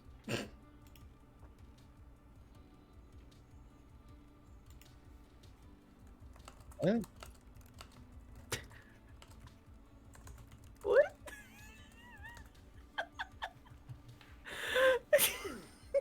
You in trouble there? Sorry, there was a question on whether or not we had gotten a donation or something. Something went across the screen. Unfortunately, I was looking down because I did not see it. Nope, we definitely got a donation. I'm Definitely got a donation, and I have words for this person, but we have a donation. Okay. Just continue to sing. Just continue to sing. Sorry. No, you're fine. You're fine. are all the cards there? Yeah, it's all 20 cards. Paru put the 20 back in. You look in. There's no duplicates. It's just the deck. All right. Cool. Now,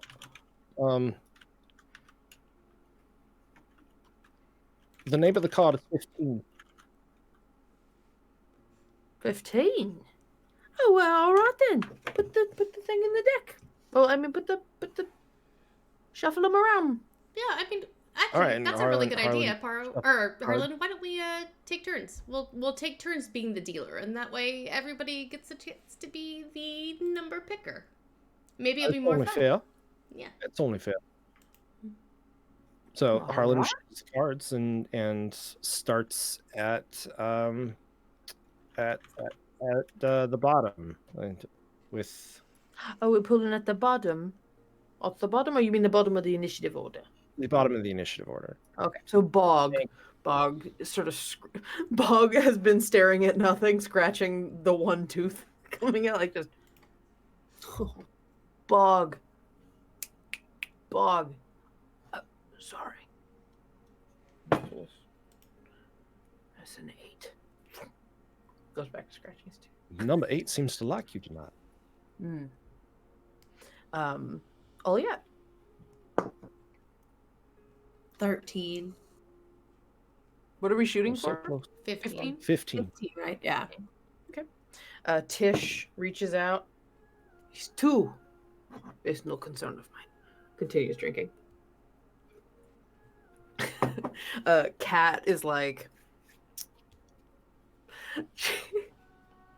I'd ask you to blow on my dice, but this is a card game. She says to Harlan. And she reaches for the deck. She pulls out. So it's not like I needed the luck. And she flips the 15 around. Oh, well, all right then. I'm satisfied. Alrighty, Jesus. No, you're not. No, Zazer. Paro reaches out to fist bump Cat. When she says that, she took a shot from one of the drinks and just goes. Nice. All right, and he will pass it to Beza. Pass the deck to Beza. Okay. All right. I'm gonna pick number 10. 10. Okay. Start from the top. Faru. Alright, let's see here.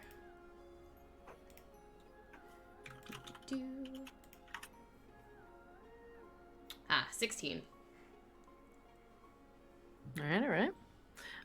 Then, Beza, yourself. That's a 9. Ooh, close. And then we have, oh, Harland. It's your turn, Harland. All right. So many button clicks to roll a die. Right. I got 8. Nope. Nope.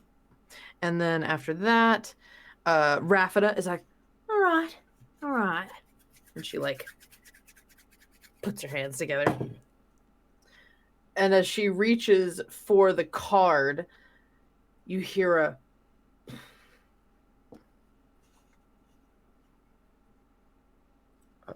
What was that? She pulled her hand away.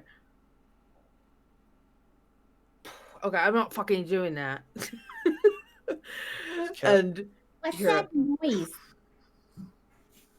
I don't know, maybe they're doing construction somewhere. The ladder. Okay, not construction.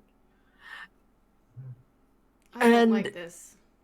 You watch as from the top of the amphitheater, an explosion blasts the rock inward, and you all sort of duck out of the way, as just stone and bottles. There's a bunch of as all the like shot glasses fall, and Raffida's like, no.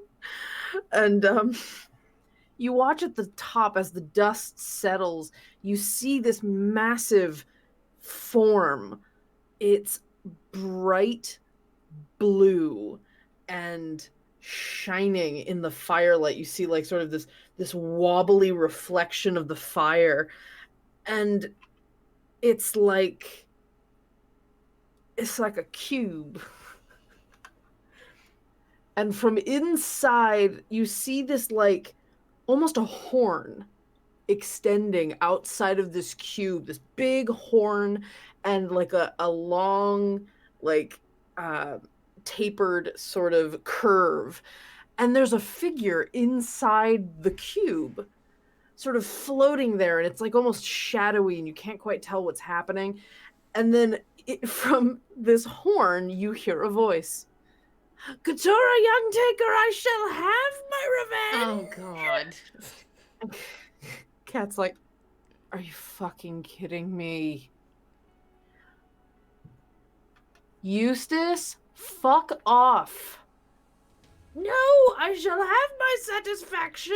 You and your ne'er-do-wells will know the power of Eustace Featherbottom. I'm sorry about this. Featherbottom. He thinks he's my nemesis.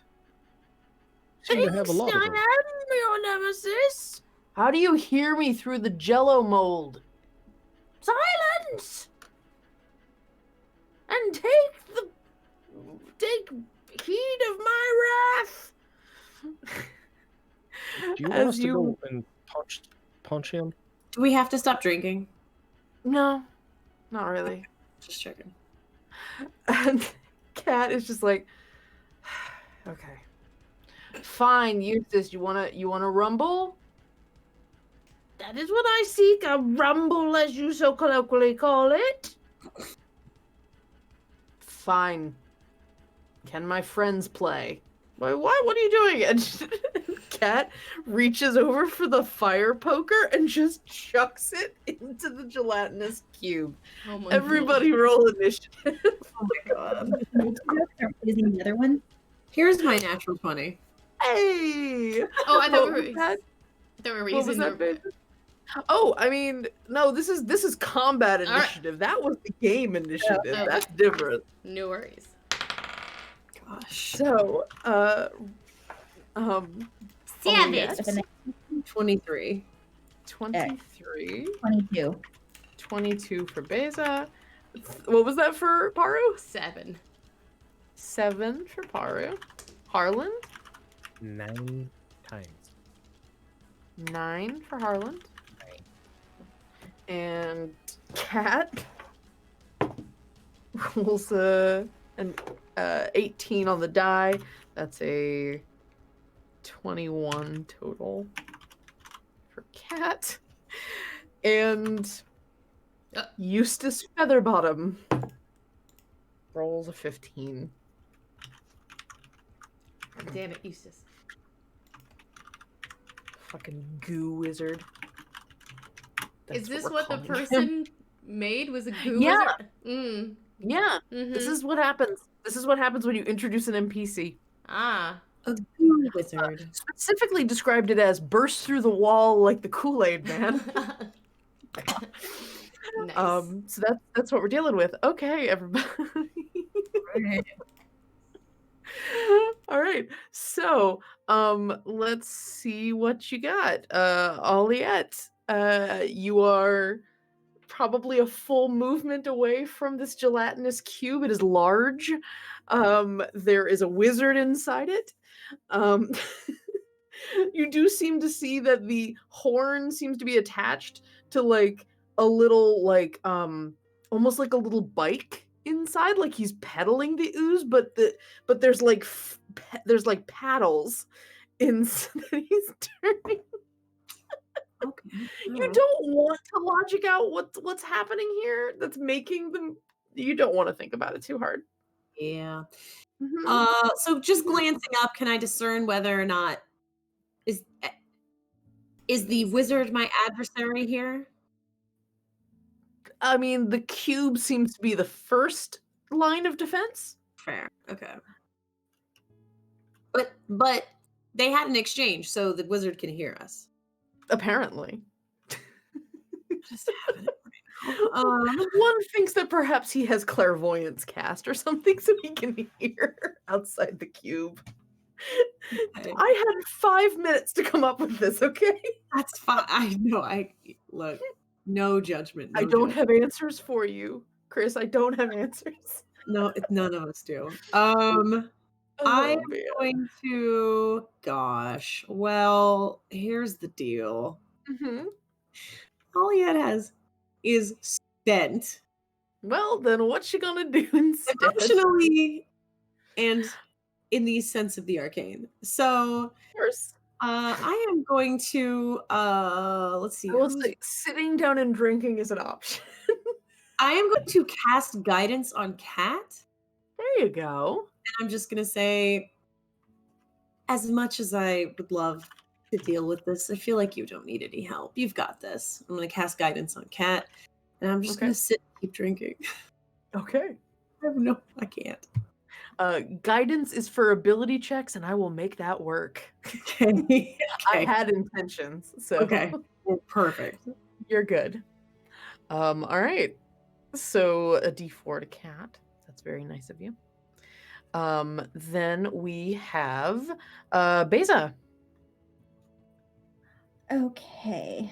I'm just Cat looking- pretty much gives you complete carte blanche to fuck this guy up. Yeah. So,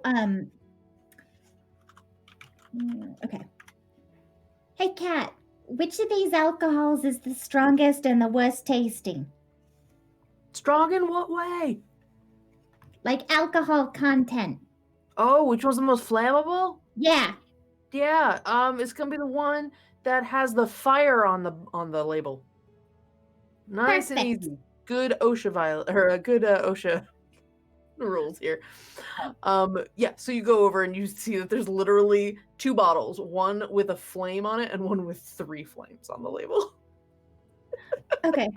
Which one with 3 flames on the label? That's a smart choice. You read context clues. Good job. And I want to chuck it at the gelatinous cube. Okay. Yeah. Okay, give me a ranged attack as you try to throw this bottle at the gelatinous cube.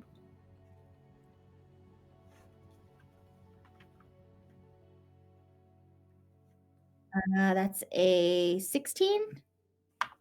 That will hit. It's a big old cube. Does that count as an improvised weapon? I would say it does. Cool. Then I'm going to Alcohol activate my fire room. Yes, thank you. So Beza puts up the hand that has the fire rune on it, and it glows as the barrel is hitting. And fiery shackles shoot up from the ground. Oh my god. And Okay. grapple gelatinous cube. Incredible. It does get a strength saving throw, to see whether or not it's restrained. Okay.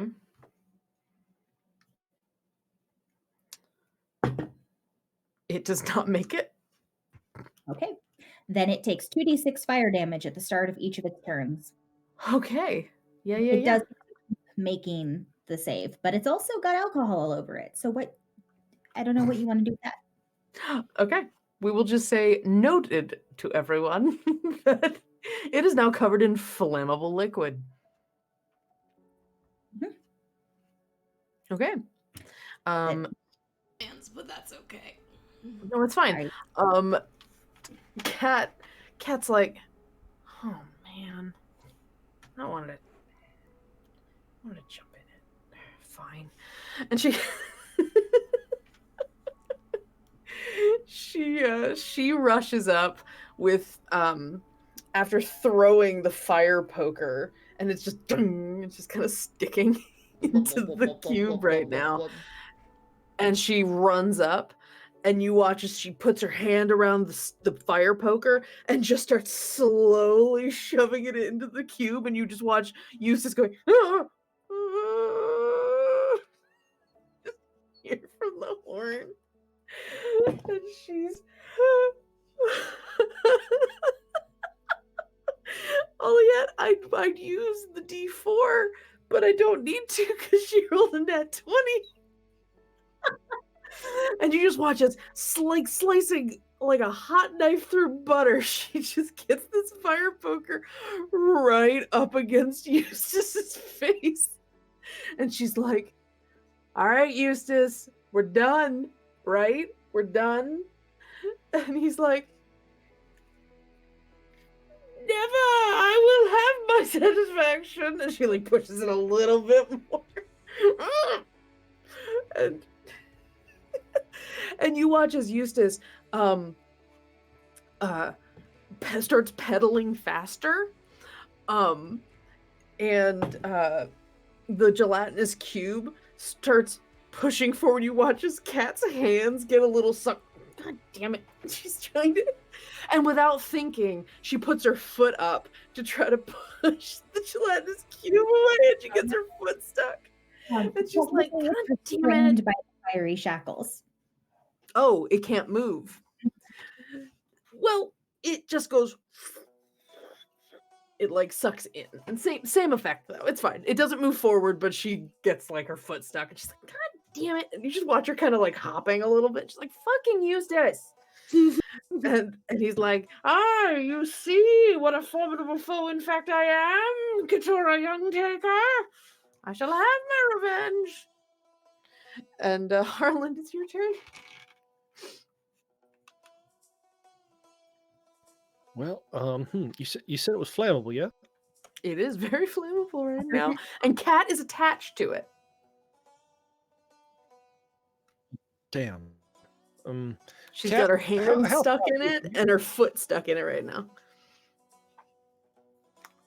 What'd you say? Yeah, how fireproof for you? Incredibly not. What the fuck are you gonna do? That's unfortunate.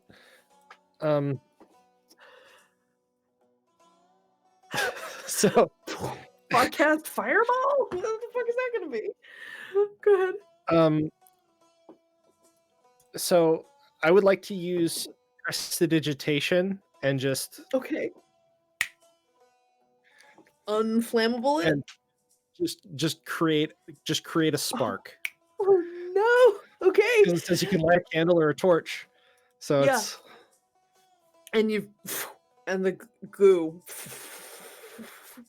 And you just see Kat go, as long as you stay in the blue stuff, it shouldn't burn too bad. Just don't go near the top of it. Harlan, I'm gonna kick your ass. And she's got her. What?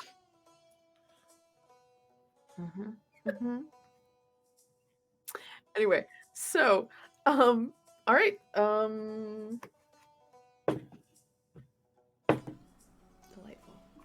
Okay, so you watch as Kat sort of see the flames like licking up her arms a little bit and her foot, and the gelatinous cube is just covered, and you're hearing just the slightest little sizzle around the cube as it looks like it's almost a little boiling on the outside.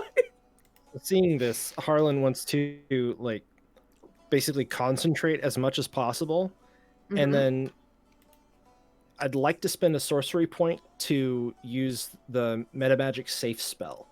It's usually only for area of effects, but like that Harlan's just like, my magic's weird. Let's give it a shot. Okay. So what is the safe? The safe thing allows you to say that a character is not affected by the spell? Automatically passes saves. Okay. Here's what we'll do.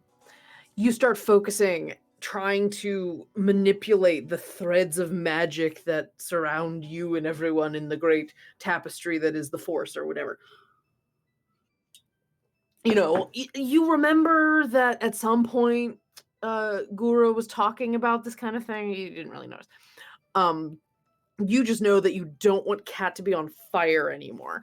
And you're trying to concentrate really, really hard. And you watch a little bit as that side of the cube, like the sizzling, kind of peters out. And you see just like little steam rising, and the fire went out on one side of the gelatinous cube.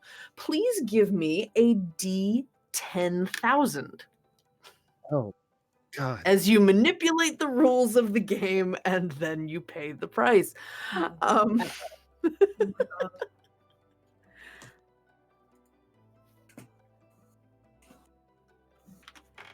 9,093. Wow. Okay. 9,093. What say you? 9,093.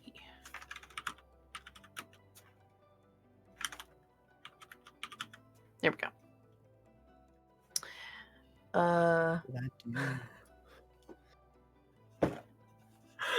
Okay. Okay. One or two, Harland. Oh no. Go big, go home too. Two. Okay. How many people are in the room? 1, 2, 3, 4. Cat. I believe 8 people were in the room. 9, 9 10 now, counting the cube. Yeah. 9 now. So we're gonna say that Paru, Beza, Oliet, and no. You see Cat, Raffida, Bog, and Tish. All of their bottom halves from the waist down disappear. They are invisible to you. So you're just watching Cat floating there and bouncing somehow. She's trying to get out. Tish and Bog are like floating torsos just like hanging out at the bench, just drinking. And Raffida just like, oh, knock his blooming head off. And she's standing, but she's only like a foot off the bench, and there's no bottom part of her. One of the more innocuous ones. That's gonna make things difficult for you later.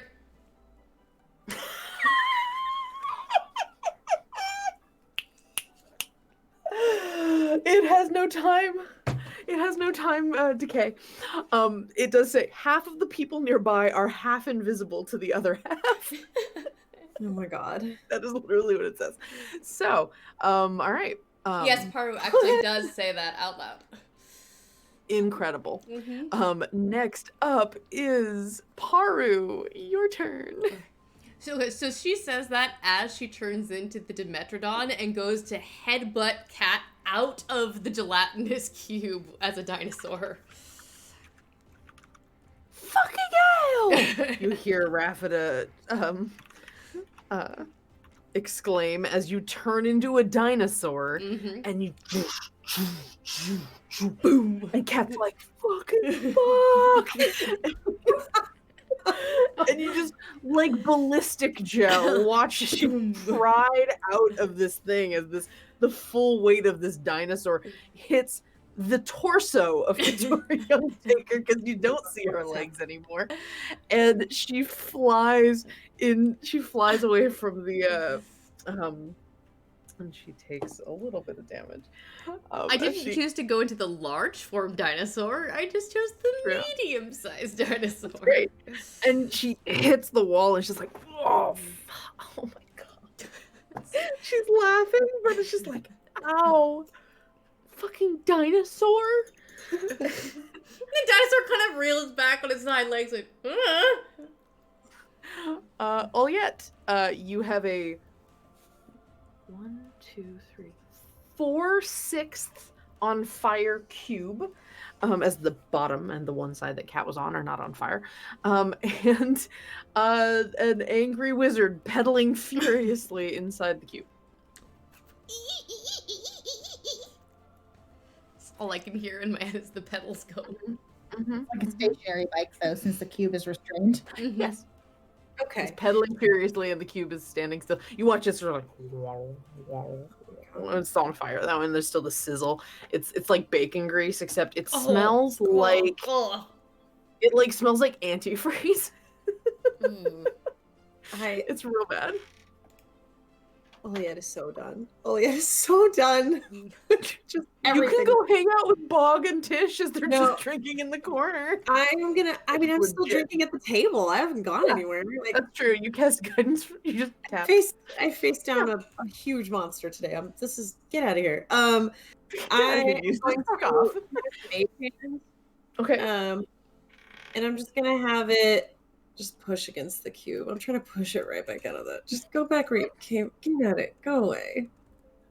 And you watch as it slowly sinks into the cube. And how far in can it go? I want to go until it makes contact with this wither and just go away. You watch as it goes and just slowly goes forward, and you just she's like touching Eustace's face. You can't really see him very clearly either. Just go away. that out loud. I'm like, please go away. No. Excellent use of magie. One of the best I've ever seen. Beza, it's your turn. How much do we dislike this person? Like lot. just kick his butt. I mean, kick his ass thoroughly. Paru, you still have some healing spells left, right? Oh god.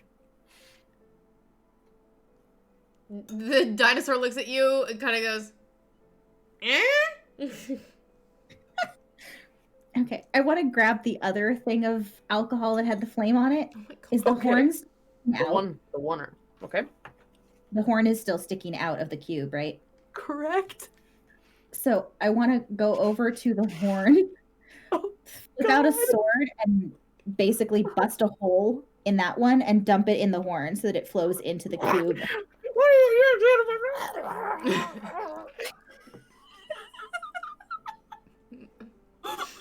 Damn, Heather, you scary.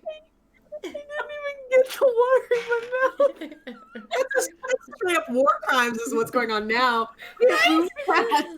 You're No. Directly over the horn. Waterboarding. chill. No, you're swoosh boarding. Oh, God. God damn it. Okay, so you watch. I will say this. You have limited his ability to cast verbal component spells. Boy. All of Baze's combat training was like, here's this big monster, we go kill it. Sure. I mean, you can kill the fucking cube if you want. I don't know.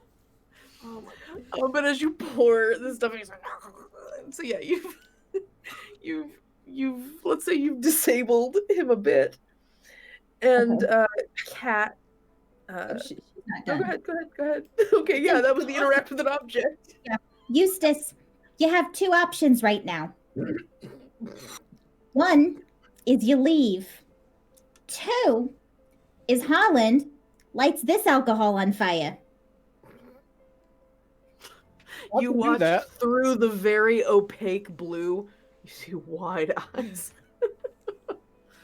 I mean, the mage hand is still just very gently like, ew. Please, stop it! Please, stop! No. No. Beza, you watch as his pedaling slows, and he starts trying to pedal backwards. Releases the chains. The rune on her hand glows and the chains disappear. And Kat's like, oh no, you fucking don't.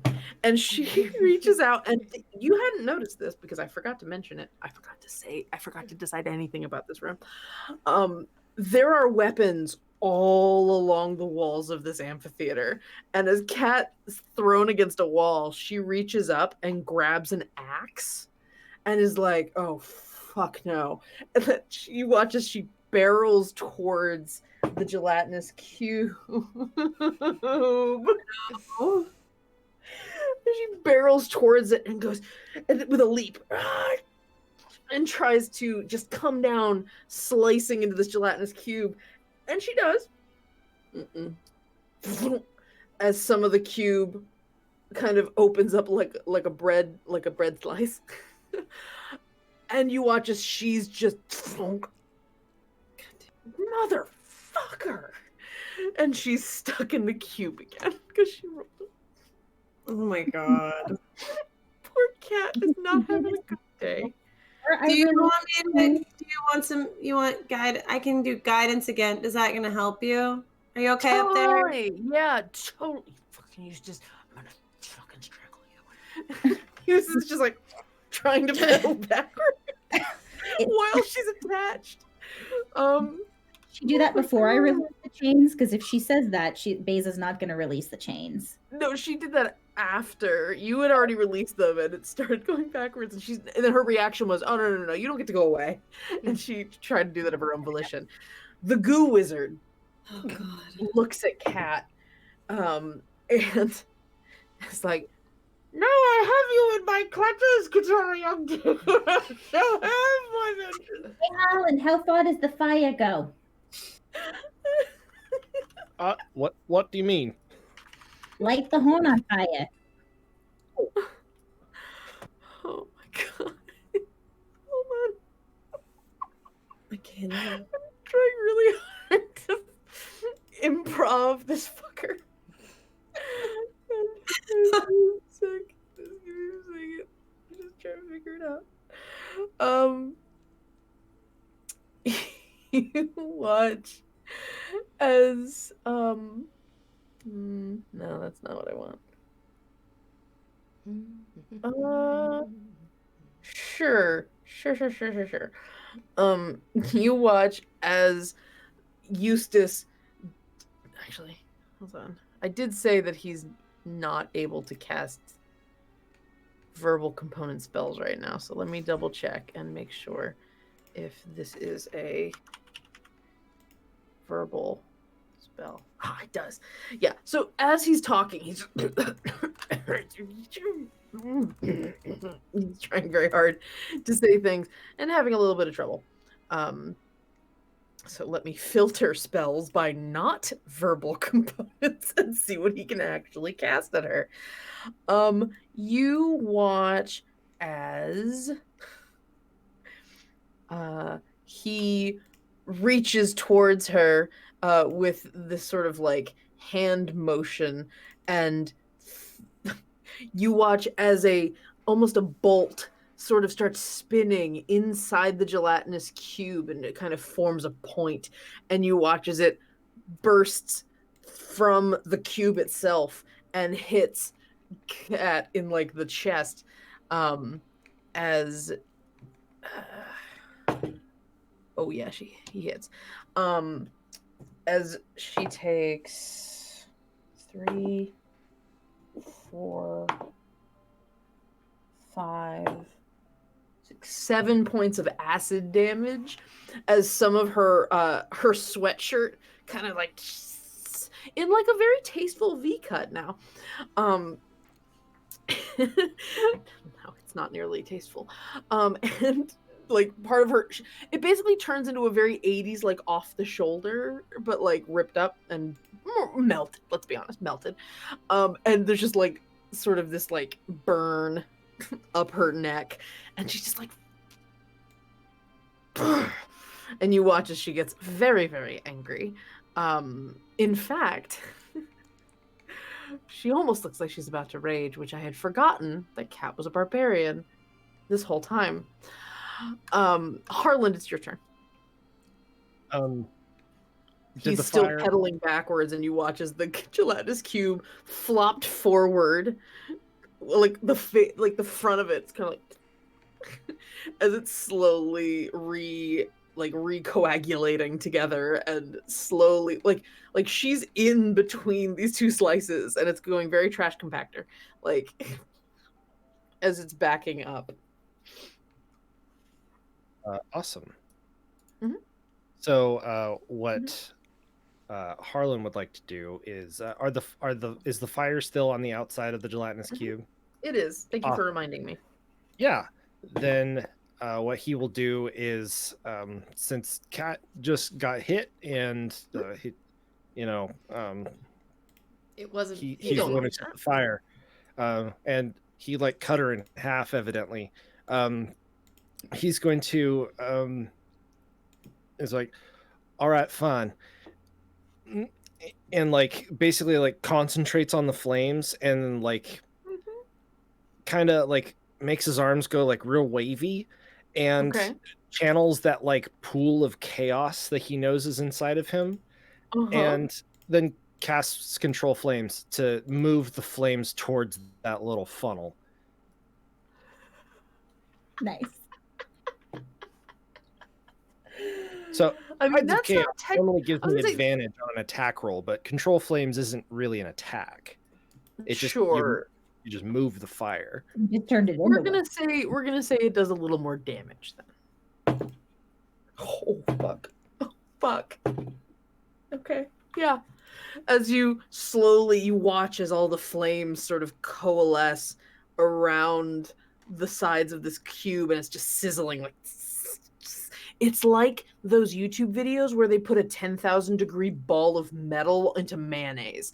It's like that. Oh. You just Whoa. just No. it's very upsetting. It's really very upsetting. You're appropriately reacting right now, Kat. As the flames just sort of start moving towards the funnel, and you watch as it just starts,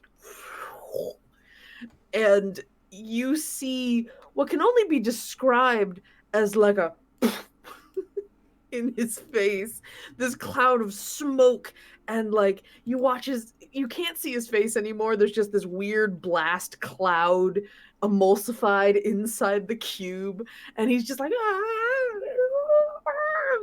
it's very horror movie, in fact.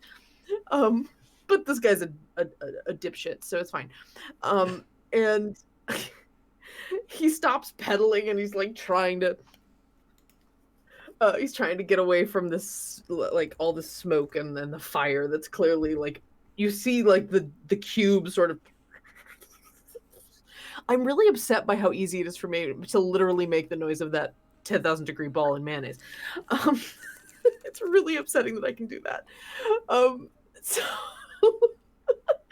you watch as the do that.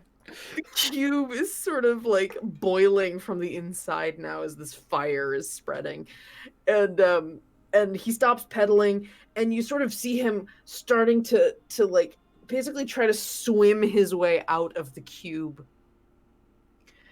All right, Paru.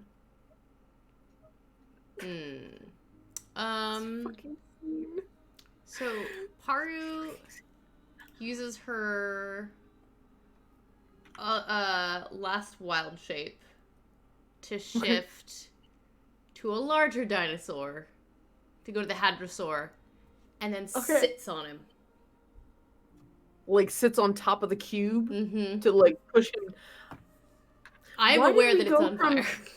Why did we go from 10,000-degree ball to hydraulic press in one turn? I don't want to like.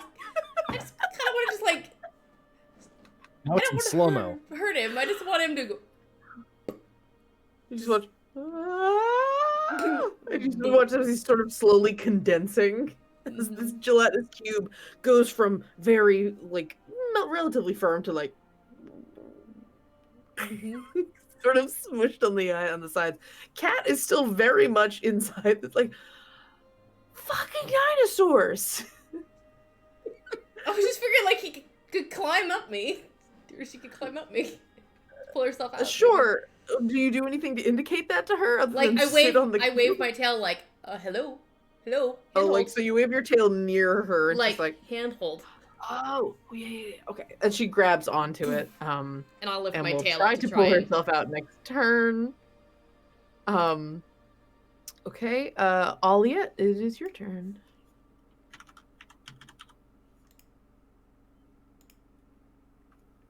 God, what is happening? I just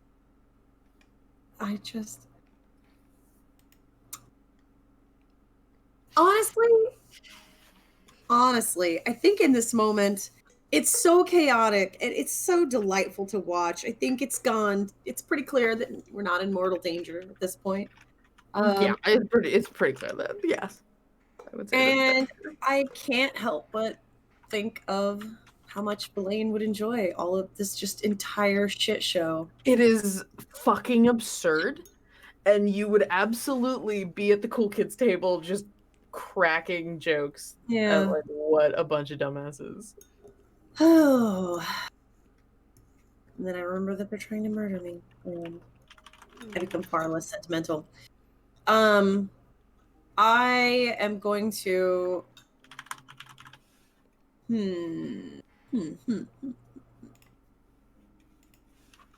Do I think at this point that this individual can hear me? He seems to be able to hear, but he seems very distressed at the moment, so it's possible he can't. You don't know. Okay. Hang on, I gotta double check one thing to make sure I'm not gonna. Yeah. Okay. I will just sit back, kind of like lean back and take another long drink and just... Oh my gosh. Listen, this is cute and all, but you suck. Like, real bad. You are a complete embarrassment. Like, it's honestly pretty disgraceful that you have to come in on something that is stronger than your own spine. And I'm casting vicious mockery on him. Damn. Nice. So fucking good. Okay, great. What do I have to wisdom roll for that? save. Wisdom save. save. Okay. That's an 8. So he fails, Mhm, mhm, and he takes 3 points of psychic damage. mhm, mhm. I remind him how much he sucks. And just hear him be like, "Yes, but it's the great Eustace Featherbottom." No, it's not a good look. He's trying really hard to like push a dinosaur off it. Still Not- like, yeah. Just like talk to the mage hand. I Just literally pushing feel like a it. bully. This is so fucked You up. are. You really are. It's fine. But he's the one who's being an asshole. That's true. You ruined the party. You also, yeah. Okay. Beza.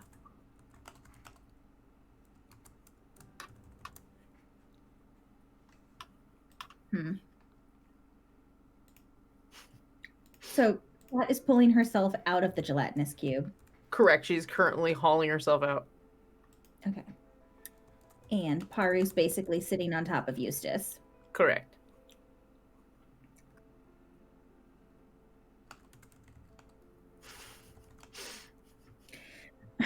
I'm debating because at this point, she's coated him in a whole lot of alcohol, somewhat waterboarded him with alcohol, and then indicated that someone else should light that same alcohol on fire.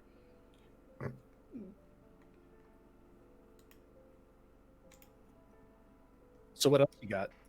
Yeah, well, I have other options. I'm just debating if she would do it or not at this point because he's pretty much eaten. It's true.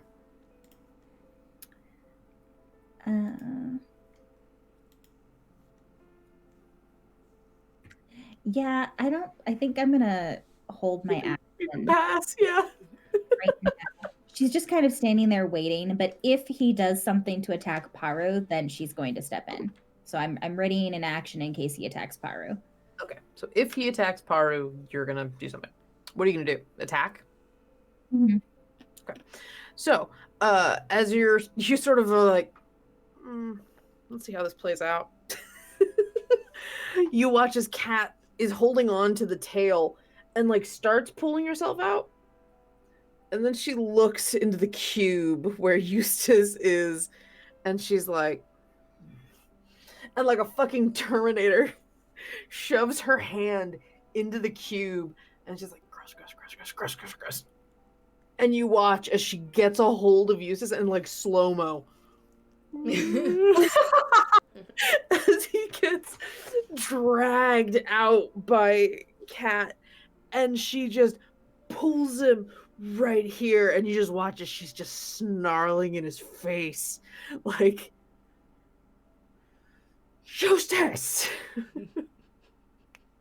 And he's just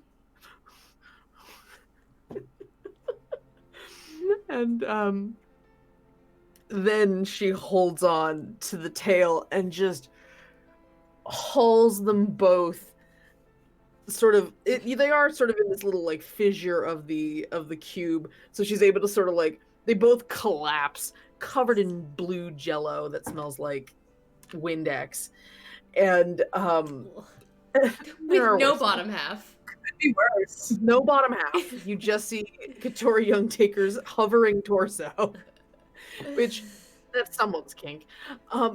Just and she's got this poor. Now you get a chance to actually see the ingelled Eustace Featherbottom. This sort of pasty, very almost like pallid face, a huge swath of freckles across his face, and like slightly slightly crooked teeth. Everything's just a little bit sad, everything about him, which results in and he's got like just a little bit of, he can't grow. I just feel really bad about this guy now. You should all feel bad about Eustace Featherbottom. But he's just really scrawny and an older man, but scrawny, and Kat's just like holding on to his collar with like a death grip, and she's just like, do you want me to go get my goddamn great sword, Eustace? And he's like, but my vengeance. You suck. What exactly did you do to him?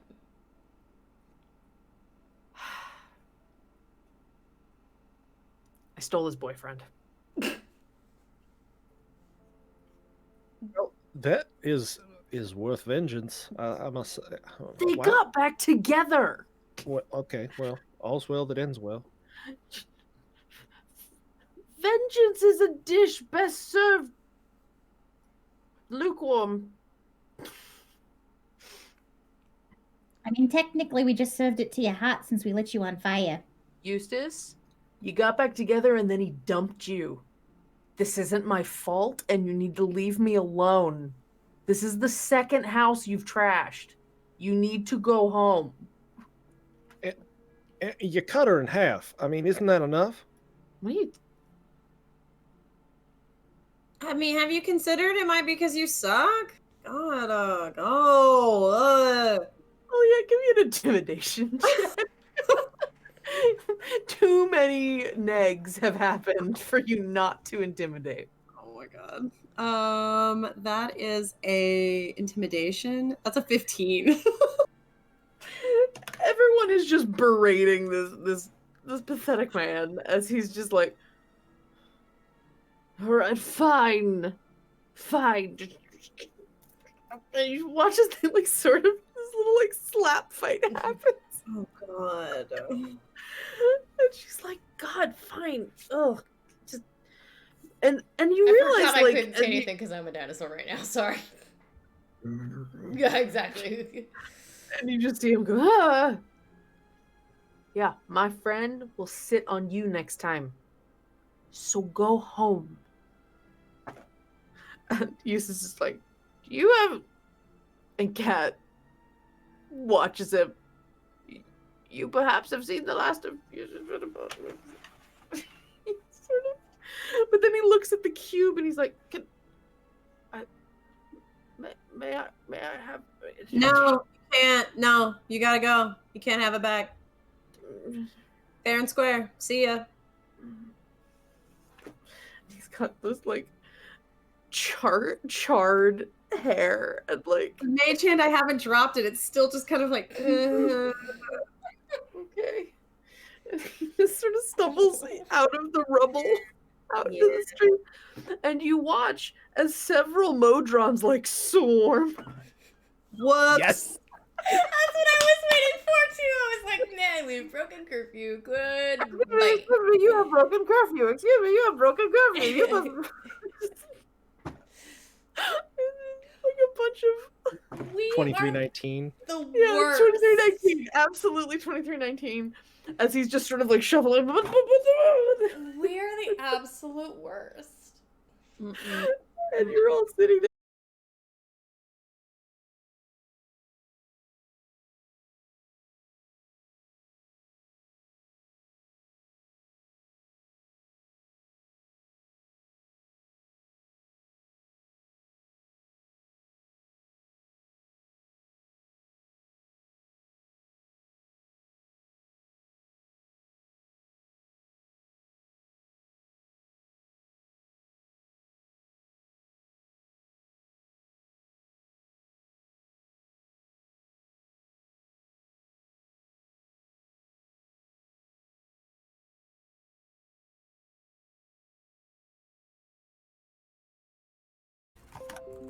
Oh, and I just reconnected. Just did, of course.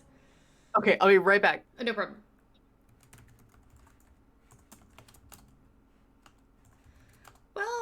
Well, we should be back, but Angela's not here, so everybody, quick, we can DM while she's gone. Ready, go. No? Yeah, he left behind a huge sack of platinum. Awesome. That's what happened. It's canon. That's what he wanted inside the Linus cube. It was in like the little basket on his bike. Inside. His bike was made out of platinum. Yeah. The platinum bike. Perfect. So that's how we ended up getting that. Excellent. A platinum bike is going to be worth a lot more than 5 platinum. That's true. That's very true. It's really lightweight though, so it might be like super, super hollow. There might not be a lot coated. Yeah, exactly. Okay, but are we the villains though? Do we need to like? Yeah, I feel a little bad, but I don't want to. I don't necessarily want to get motor-oned by going after him, but maybe we should make reparation tomorrow or something and make sure he's okay. By what? By busting in his house? No, I mean we could be polite. We could be polite and knock on his door. He walked out of here on his own 2 legs. That's fair. He started it. He did. Yeah. We just happened to finish it. Broke Cat's house. Yeah, that's fair. No reparations. Agreed. We take the platinum bike and fuck him. Yep. I mean, and Cat got a new pet cube. Yep. Oh, Hey. What's up, Angela? What's up? Y'all killed him, didn't you? You hunted him down and killed him. No. No. We took his bike. It's made of platinum. It's made of platinum? Sure. You know what? Eustace Featherbottom is enough of a fucking showboat that he would totally do that. It's made of 5 platinum worth of platinum. It's non-reactive, so I'm gonna melt it down for coin. This is beautiful. No, I approve of all of this. Cat has a new pet cube. Perfect garbage disposal. You watch as it's like, and it starts melting. It's like, oh god damn it! Let's get this cleaned up and rebuild the wall. It's fine. You know what? Not my money. Where's Shago? See, can you call him? Let him. Don't you pay him? He's more like personnel, not really like janitorial. What do you pay him for though? To hang hats? Kinda. I don't pay him. I mean, fair. She's on the ground still. And just kind of. Do you want to go get cleaned up? Harlan, do you want to help Cat? I mean, if you require assistance, I mean, you don't have a bottom half. That's gonna be. I don't know what you're talking about. We can't see you from the waist down. Like it's invisible. Oh, that's really a shame. I have a great ass.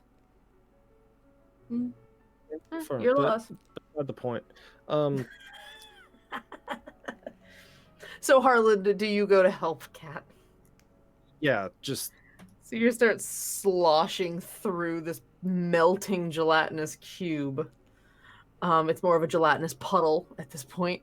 And as you're like sort of like gel away. You do sort of you still kind of slop in it a little bit as you're trying to do it, and you reach out to help Cat, and Cat's just like reaches out, yanks you into the puddle. And it's invisible because it's blue. But you're still slimy. It's still kind of gross. No, I'll use hidden. It's one of my racial abilities. He'll turn invisible. And there's a Harlan-sized divot in the goo as he goes invisible, but still displaces the goo. And Cat's just like, oh, come on, you made that not funny now. It comes back after it's 12 seconds. So okay, come back. Okay, we're even now. I am thoroughly amused and slightly singed. Okay, that's okay. And she She gets up and she offers you a hand this time, Harlan. Turnabout is not fair play. She offers you a hand. It would just be going on and on all night, and we were in the middle of a game. I'd rather get cleaned up now. I'm soiled. Paru shakes off like a dog in dinosaur form, just flap, flap, flap, flap, flap, flap, and switches back down to her normal size. I mean, you all could just go conserve some water and take a shower. That's one thing this place really has. Really fucking nice showers. One of them turns into a sauna. It's really cool. If anybody else is covered in goo, we just go hang out in the spa. Bring the booze. Spa. Spa trip. And Kat hauls you up, Harlan. I was like, come on, big guy. She pats you on the back. Which concludes the second random mild magic, which is the next puddle stepped in by the target absolves him of sin. Nice. Nice. Beg pardon? Verbatim. The next puddle stepped in by the target absolves him of sin. As I said, too perfect for words.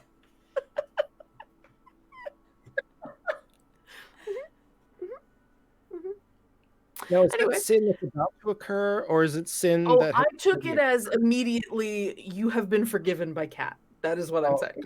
Got it. Like, narratively, she's fine, even though you burned her. Less licentious than I took it.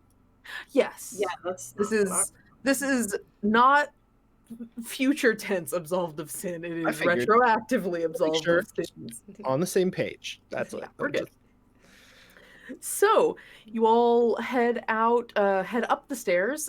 There is goo everywhere. You watch as around a corner, Jago sort of shudders as he sees the footsteps up.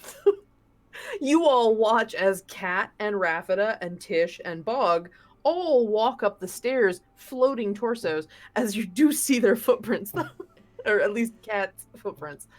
And you all head up into what is essentially a giant room that is a massive, and this is actually based on a real bathroom I've been in, a massive 10-person shower with it turns into a steam room. It's very cool. It has 2 shower heads and then 2 other shower heads just let steam out. And there's benches, and you can just hang. It is very relaxing and ridiculously luxurious, and there's also a hot tub. It's and Kat's like, I wrestle people's arms for a living, and fuck, right? Oh my, you watch as the torso of Kat sort of gesticulates around how nice the bathroom is. I don't think I've seen this much metronome tile outside of the metronome stations. Oh yeah, that was a cool detail, right? That's very cool. I mean, I hope they didn't wreck a train station or something for it. I assume it's just leftover, I would assume. So what is that face all yet? Plotting, that is consideration. That is plotting, yeah. Well, plotting.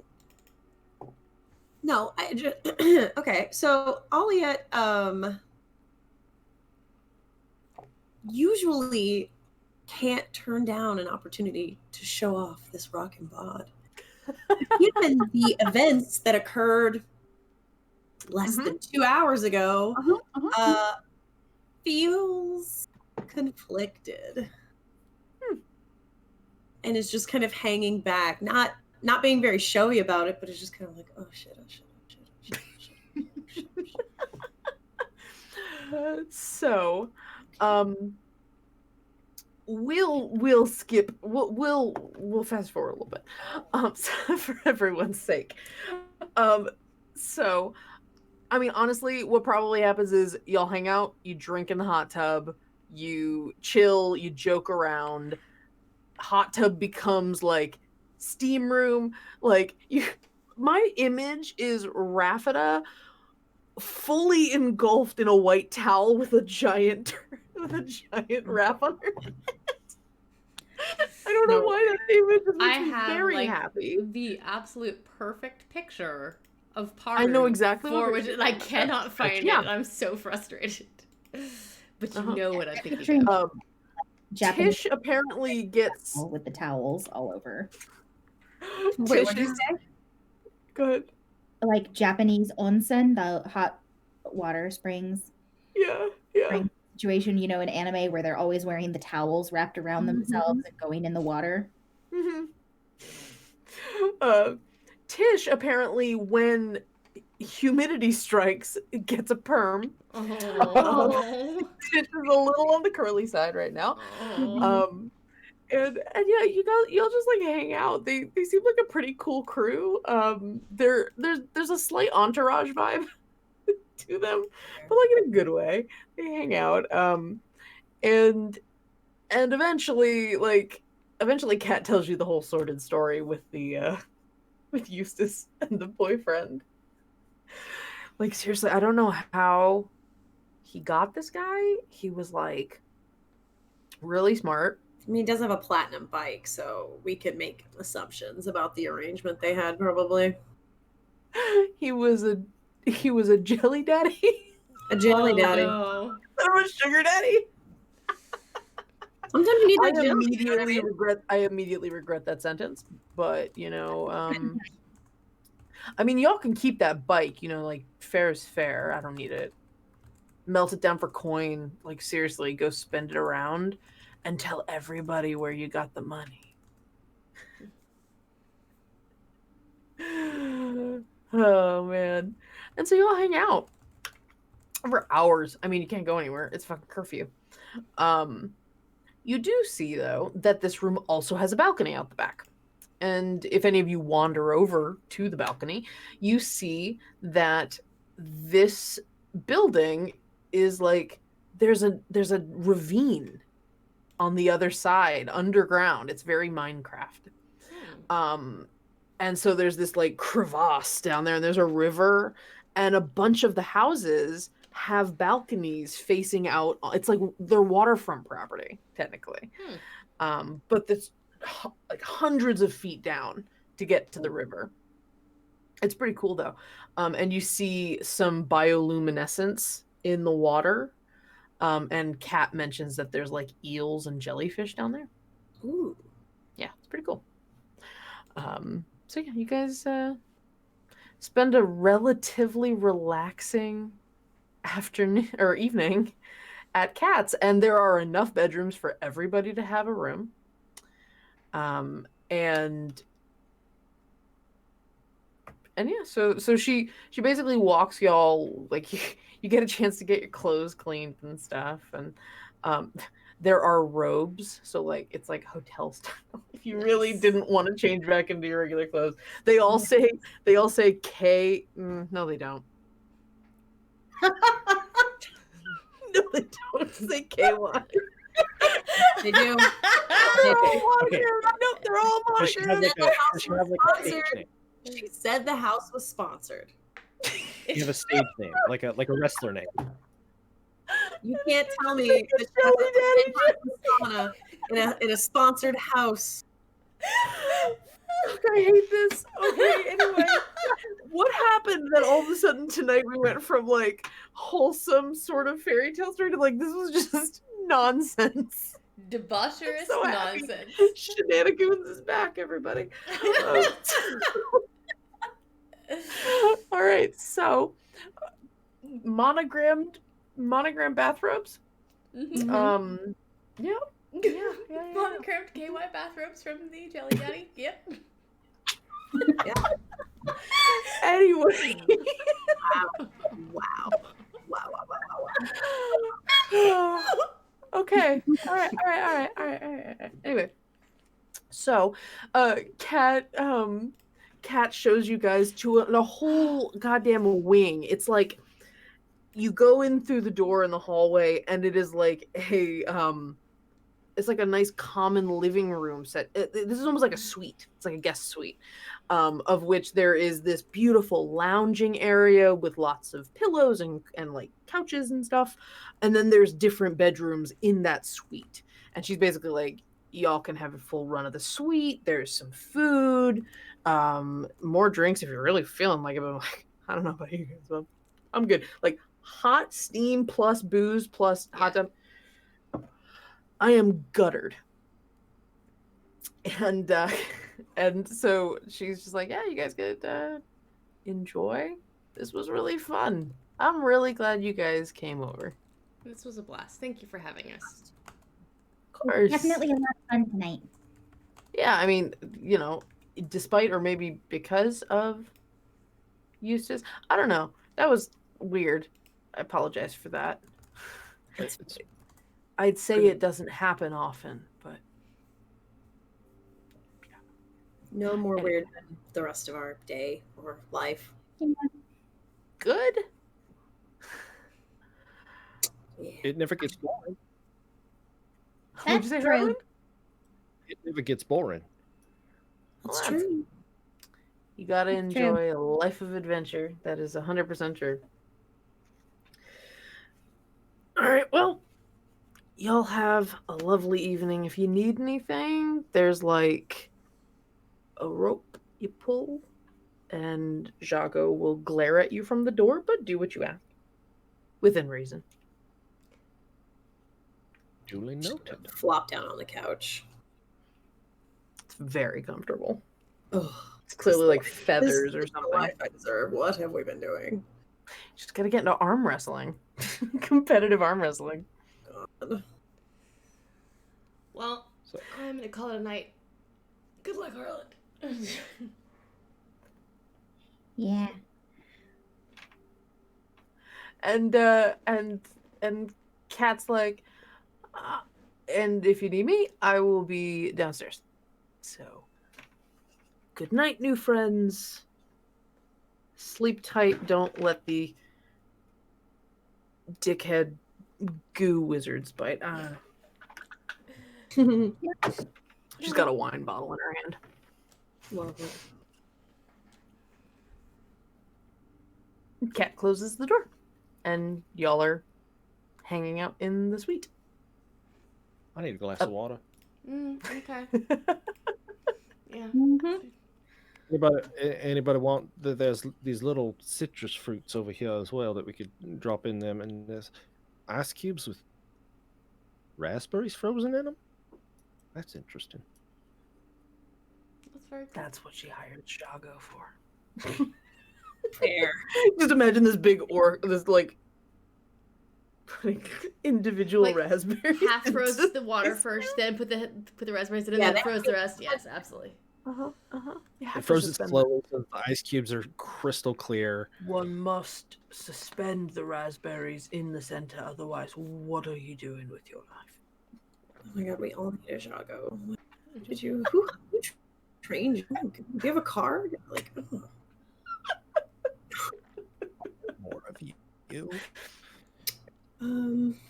My brain just said he hands you a business card that says KY services. Thank you, Jago. At least it doesn't say KY Services Goo Wizard on it. Oh God. I promise this is a sponsored episode, just not by KY. Hey, like if you're listening, if you're watching. No. KY services with a personal touch. Man, they gotta get into the D&D game and make gelatinous cubes. Y'all make bank. Listen to me. You will make bank. For the hands-on service you deserve. Oh my god. Now the his and hers cube. Oh God damn it! Oh, I'm so mad. A cube that they don't advertise anything except the fact that it just like looks a little blurry. We're gonna get fired. Why? We own the network. I know. I should have made an audience for everyone tonight, though. It should have been 18+. Yeah, that's fine. Our channel's mature anyway. It's It's not our fault. Anyway, so, Oh God. y'all are left in Don't the get suite. fired, Bells. Is there- Don't get fired. I mean, Well- Mouse works with hazardous materials. This is dangerous to. Anyway, Oh so, my god. Okay. does anybody do anything other than go to sleep? I think Harlan just sits down on the floor. Thinks about what he did today. Dear So I- universe, today So are you gonna go talk to Kat? Is there something to talk about? Well, no. Then why would I do that? Because. Hello. We were interested in her earlier. Are you not gonna talk to her now that she's by herself? She said she was tucking out. It'd be ungentlemanly of me to keep her up past her bedtime. Also told you explicitly where she would be once she left the room. Subtext. She lingered. She told you where to find her. Do you think I should go say something? Yes. I don't think you need to say anything. I mean, all right. If that's how y'all, I mean, I'm pretty tucked out too. Well, do as you please. But just say. Well, all right. It would be sportsmanlike of me to check on her before she turned in for the evening. So I think that is what I will do. There you go. There you go. Just let things happen naturally. Try not to let your mouth get. Never mind. You know what? I'm just gonna. You're a better wingman than I am, Alia. I'm shutting up and letting. I should give nobody advice on dating since I've never been on one. So. I haven't either, but even I knew she wanted him to go talk to her. Y'all, reading minds or something. I just. No, I've just seen a lot of the Harlequins and Harlots. That different. She's pretty cool. Wait.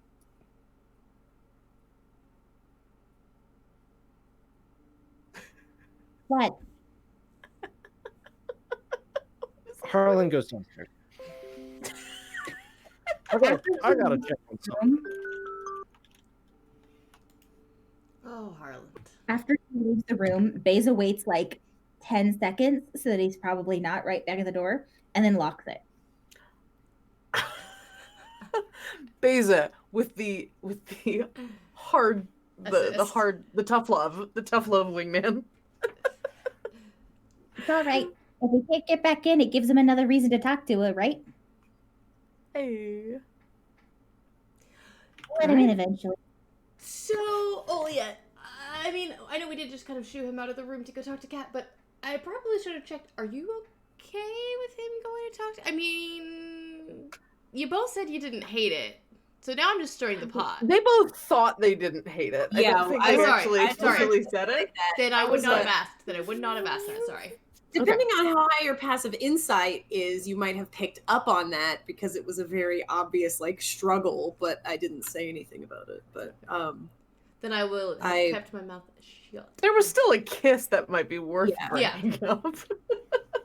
I mean, When- why would I not be okay? I don't know. I don't. Harlan kissed Oliette when she was disguised as Kat, thinking that she was Kat, and it was a little awkward. But I just want to make sure. I am your friend, and therefore I'm asking if you let me live vicariously through you, God, please. You know, I really like Holland, and he's really, really nice. But are we sure he wasn't, hit in the head a few times while he was traveling with Gura? I feel like he's always Probably been was, like yeah. this, I mean, that's also true. just shorter. Before, I mean, Higher pitch. yeah. yeah. Oh, that's right. I forgot. Oh, Can we have a really quick flashback, Kyle, with the old Harlan voice? I miss him. I suppose. I miss him. Well, it's okay if some random magical effect ages him down again. He can talk Yeah. like that for a while. okay. There, thank you. Mhm. Sorry, what were you saying, Heather? I was done. Oh. So, I mean, here's the deal. Harlan's a big boy. He can do as he pleases. Also, he didn't know he was kissing me, so it's not... He thought he was kissing her anyway. So, That's true. it is what it is. Yeah. I just don't understand how he didn't realize it was you. I mean, I felt like the flying was pretty obvious, but, you know, Harlan is That's not Harlan. best at reading between the lines. Yeah, that's true. Well, hopefully he's a little bit better at reading between the lines if he can't see the lines this evening. Whoa. Wow. What? Wow. But, so yes. I should stop drinking this. She puts the tea down that she's been drinking. So, do we go listen? I thought you would never ask. Y'all go, have fun. Click. Unlock the door. I'm just gonna stay here, I think.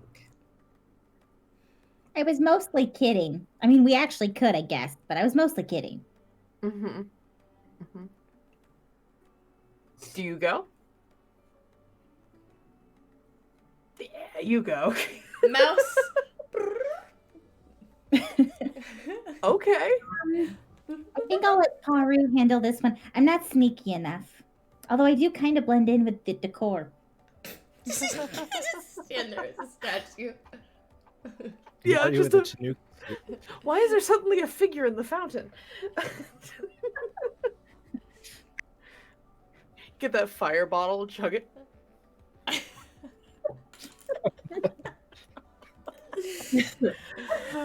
Okay, so only Mouse Paru is going. I apologize, y'all. I had to take an Ativan, and it gives me zero filter for any of the It's thoughts great. that come into my head, so I It's great. apologize. It is great. No, you're fine. Like when I hit 2 a.m. So, Beza, are you staying with Oliette in the room? You Yeah, gonna, she doesn't want to ruin Paru's fun, and she's not sneaky enough. So. I mean, You I gonna can get- help you with that. being sneaky? I mean, Oh, just live a little. I'm just gonna cast guidance on her. Okay. All right, you get a D4 on your ability check. So, maybe just for a minute. I don't want to listen to everything because that's rude. No, I don't want to. I mean, it depends on... Never mind. what? Just Have fun. Clorox your brain. Clorox your brain. Leech all of my brain matter. It's good. All right. It's fine. Go find another bottle. It's fine. He Healthy starts- coping mechanisms is the name of the game in this game. Okay, so Beza, go ahead and give me a stealth check. I'm gonna say Paru, you're a mouse. Actually, no, give me a stealth check too, because you won't necessarily be noticed by people you're trying to sneak around, but you might be noticed as a mouse in the house. So very maybe we true. want to also have you be stealth. That's fair. What does And add a the- D4, Beza. Add a D4 to your attempt. And whoever's keeping track 19. of the party dice. Oh my god. Whoever's keeping track of the party pool, I think there are rerolls still. So you Roll can the reroll. nat. She's sneakier than I am. Oh, I got yeah. a 19. Whew. That's a 20. Oliette with the touch of magic. Guidance twice. Mhm. Twice to end up with nat 20s tonight. That's Fucking actually hell. 26 with the guidance on top of that. Incredible. Anyway, so you both are heading downstairs, no one the wiser. Harland, you're heading downstairs and you see Kat on the balcony. She's actually sitting on the balcony looking down at the giant fuck all ravine. Her feet are kicking a little bit.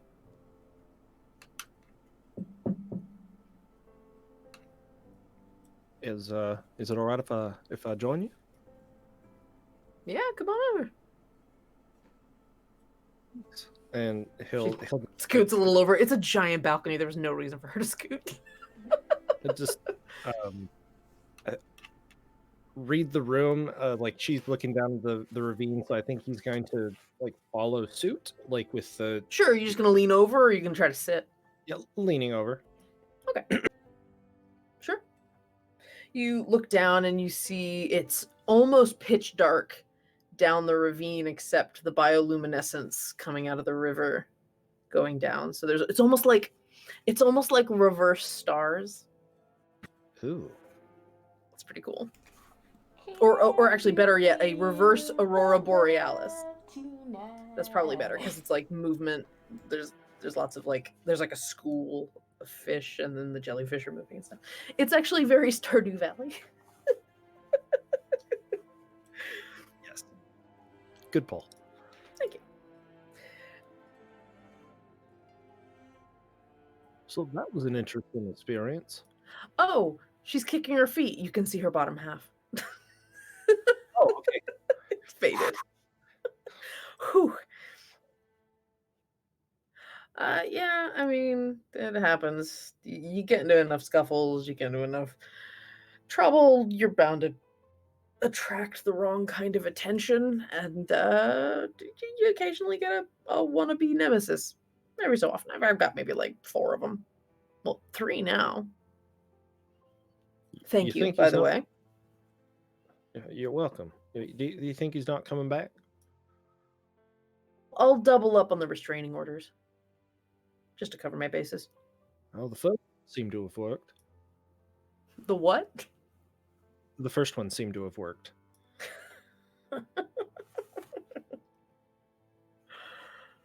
Yeah, well.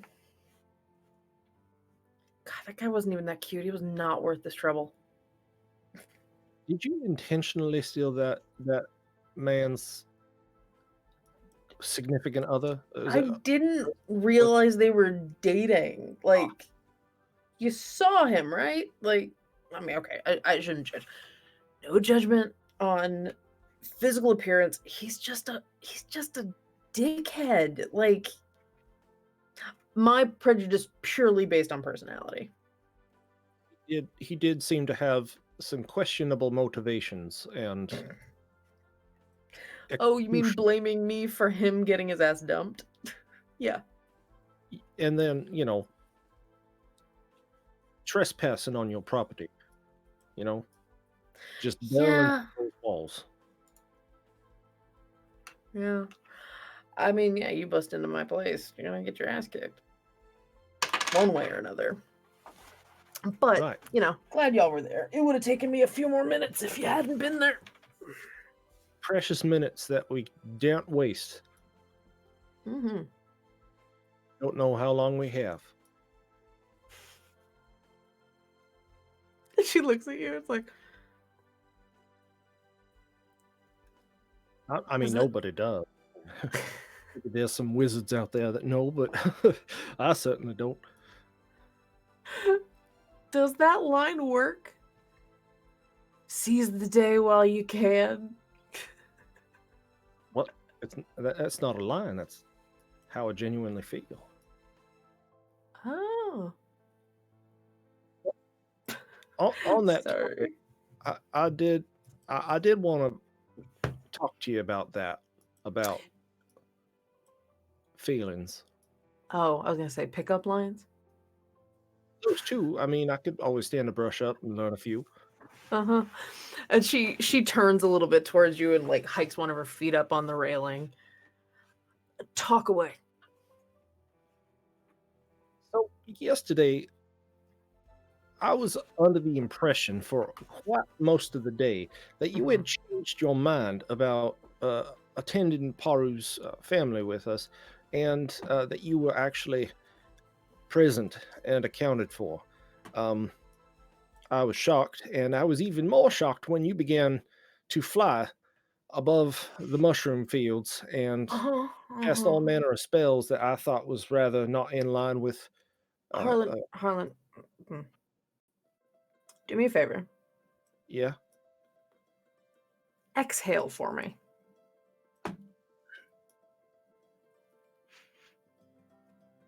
Okay, you're not plastered. What the hell are you talking about?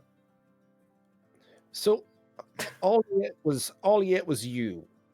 For she for some reason that I cannot fathom, decided to become you. Well, I mean, I can fathom that. I got a whole I fan didn't club that fathom wants it. that. Sorry. I mean, I got a whole fan club that wants to be me. I get it. I get it. I get the impulse. Okay, so Oliette And masqueraded as me yes, in and front of Haru's family. Please Right. tell me she did something funny. I did not take much, but I'm sure that she was laughing. And that we will look back in hindsight and chuckle a mighty chuckle at some of the things that did occur. We will have to compare notes about what being me is like and see if she came up with any better ideas. You sounded just like you. Huh. She seems very talented. But anyway, I have to say that I was rather impressed with how you performed at the arm wrestling tournament, and I was wondering if you might be liking to go and get some food with me at some point. And that entire day, I was thinking about how I should be approaching you about that topic. And then after, we fought for our very lives and Paru almost died, Beza was off collecting slugs or something. That's exactly what he had her doing. Yep. Go ahead. Well, I decided that there was no time like the present, and so I kissed you. I kissed her. And then she clued me into the fact that I was being bamboozled. That the wool had been pulled over my own eyes, probably by myself.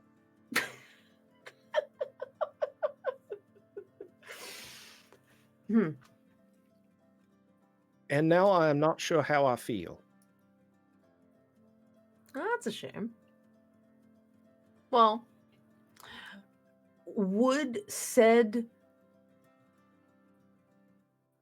what you were describing sounded an awful lot like a date to me. Well, yeah, that's what I understand them to be. I never had Okay, to. I just wanted to check, like you were describing it without using the word, and I wanted to just be clear that you had the vocabulary down. Okay. I just meeting halfway. That's that's a negotiation tactic. How about I haven't shown you the kitchen. It's my second favorite place in the house. I'm curious what your first favorite... one's the spa. Get your head out of the gutter. I was genuinely curious. I did not. Oh no, it's definitely the bathroom spa thing. Is my first. It was magical and a great way to spend a quality evening with quality people. You can put essential oils in the steam. I didn't even do that. I didn't I have never tried essential oils, but I have heard that they are excellent in certain situations and applications. Very true. Come on. We'll have a micro date. And he follows. Yeah, you guys go off into the kitchen and you raid the shit out of it. It's a fully stocked thing. She just, opens the ice box and she's got like 6 flavors of ice cream, and there's like, it's just like whatever you want, she could probably scrounge it up. She's like, yeah, Boggs got me on this whole regimen of like a certain amount of calories per day when I work out. A surprising amount of calories needed when you're working out as hard as I do. So, I get to eat whatever the fuck I want. I usually just do that anyway.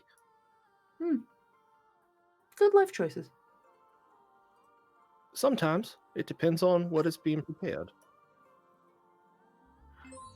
Well, and she pulls out what looks to be pizza, basically, from the fridge. Cold pizza. And she's like, I am a woman of simple tastes.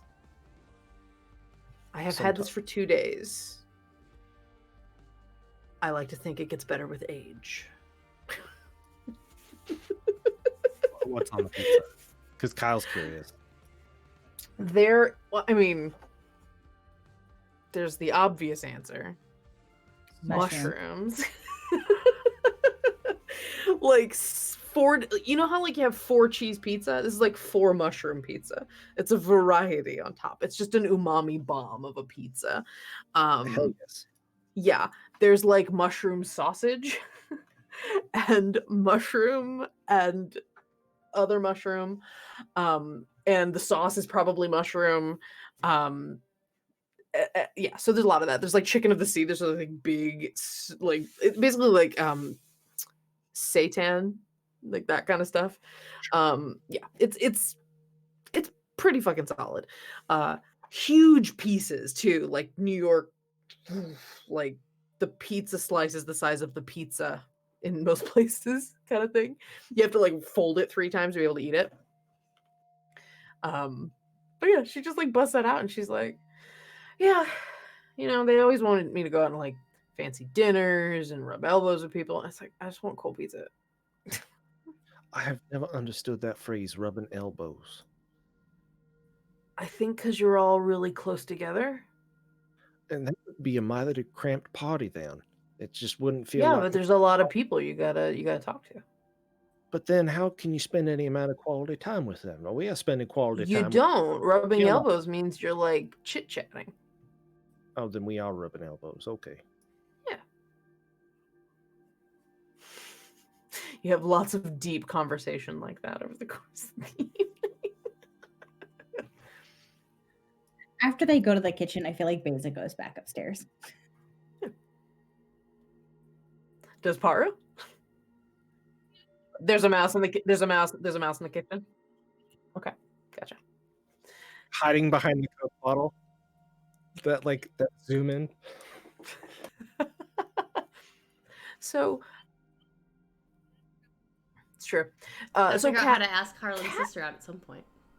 right? Kat is sitting on the counter. She apparently must sit on if she fits, she sits. Very much. Is clearly what this is. Your name. Yeah, it's true. And so she's just sitting on the counter. At this point, you've moved on to the ice cream. And what flavor? Pistachio. Hell yeah. You're rated. She goes, you know, I wasn't really into this stuff until I found out that sometimes when they ship them, they explode. I did not know that. Kyle didn't know it either. Yeah, they're slightly flammable. They're actually, that's one of the reasons why they're expensive. They are slightly combustible. Yeah, she's like, yeah, it's super metal. And so as she's eating, she's like, so, how would you rate our micro date? This has been a pleasant experience, and getting to know you has been a very worthwhile time. I'm very glad to hear that. I think that we have the makings of a very, very nice friendship, and I am not sure that I would like it to continue past that point. Fair enough. I respect the upfront, and I think I'd be okay with that. And she kind of has the pint of ice cream and like reaches out to cheers. And tap spoons. Yeah, you tap spoons. But not too hard, because spooning leads to forking. Mm-hmm. Yeah, you know. At that point, You're all right, Haru Harlan. will skitter away. Stealth off. Mm-hmm. Having made that mental note of where Harlan's mind actually probably leads when it comes to who he wants to kiss. And Paru becomes nosy. Look.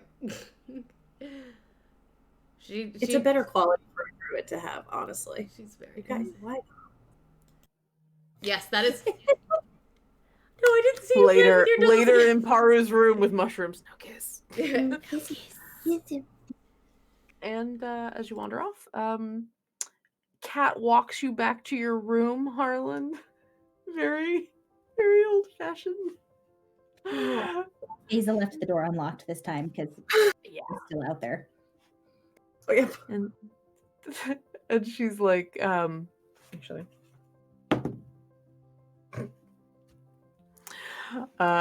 she walks you back and she says, I very much enjoyed the date, Harlan. Thank you. It's been a while since I hung out with anybody who did not have ulterior motives. I am sure that if I knew what that meant, I would not have them.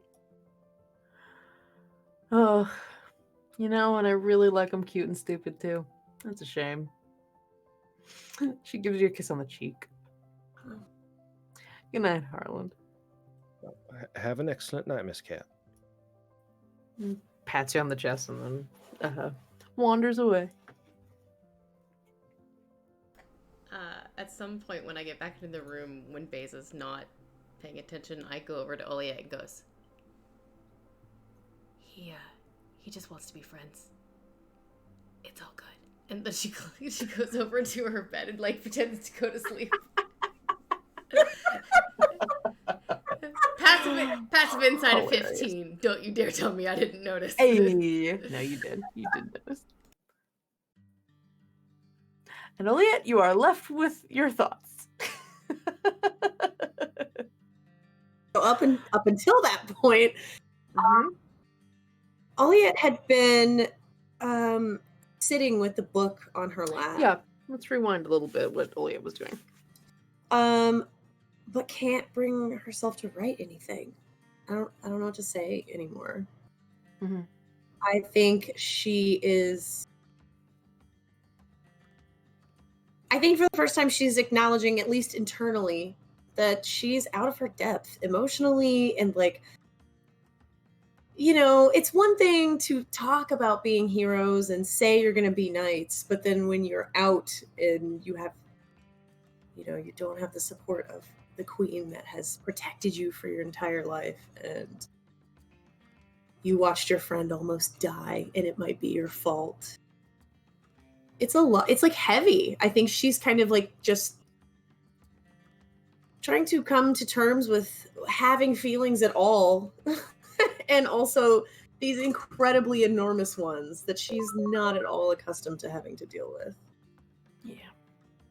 So just sitting like, I have every intention of writing because I want to tell Queen of the Word what the fuck's happening, but I don't even know where to start. So I think I'll just sit there until I, Paru, Beza come back. I'm like, oh, Yeah.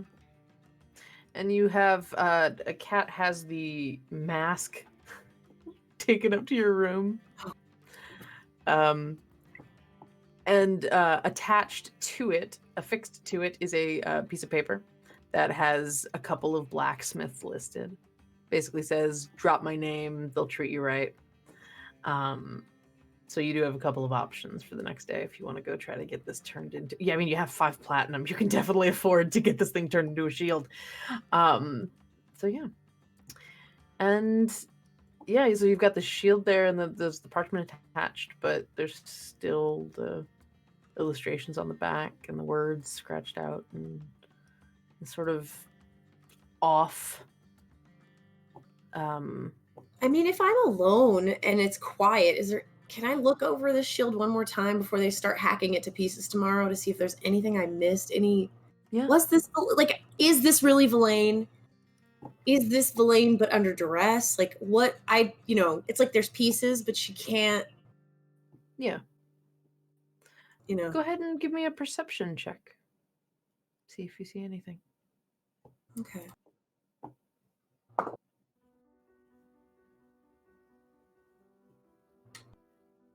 It's a nat 1. So you look and you get a little fixated on the words that were scratched out and the words that ended up not being scratched out. little bookish girl. But you still kind of fixate on the other words too. B-O, maybe book? I think bookkeeper was the first, or keeper of the book or something like that was the first thing that was written about you in the bounty, I guess you'd call it. And Herma, that is weird. I mean, you make assumptions. Mm-hmm. Especially since you were thinking about Her Majesty of the Word before. So Her Majesty, why would... There's just pieces missing. And you don't know how to put them together. Though you are thinking a lot about,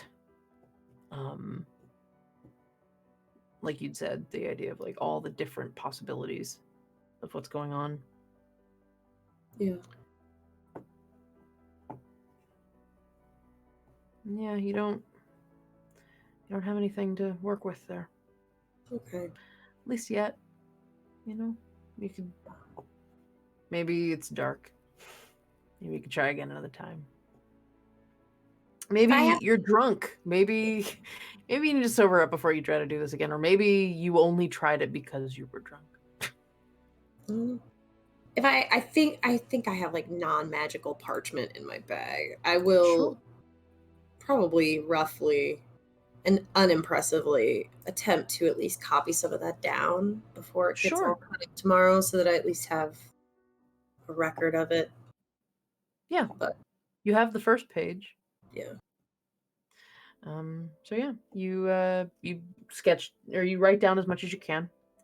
Write down all the descriptions of the different members of your party that are there.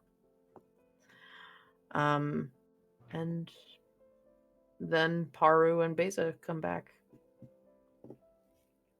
Just kind of a unsatisfying ending to a weirdly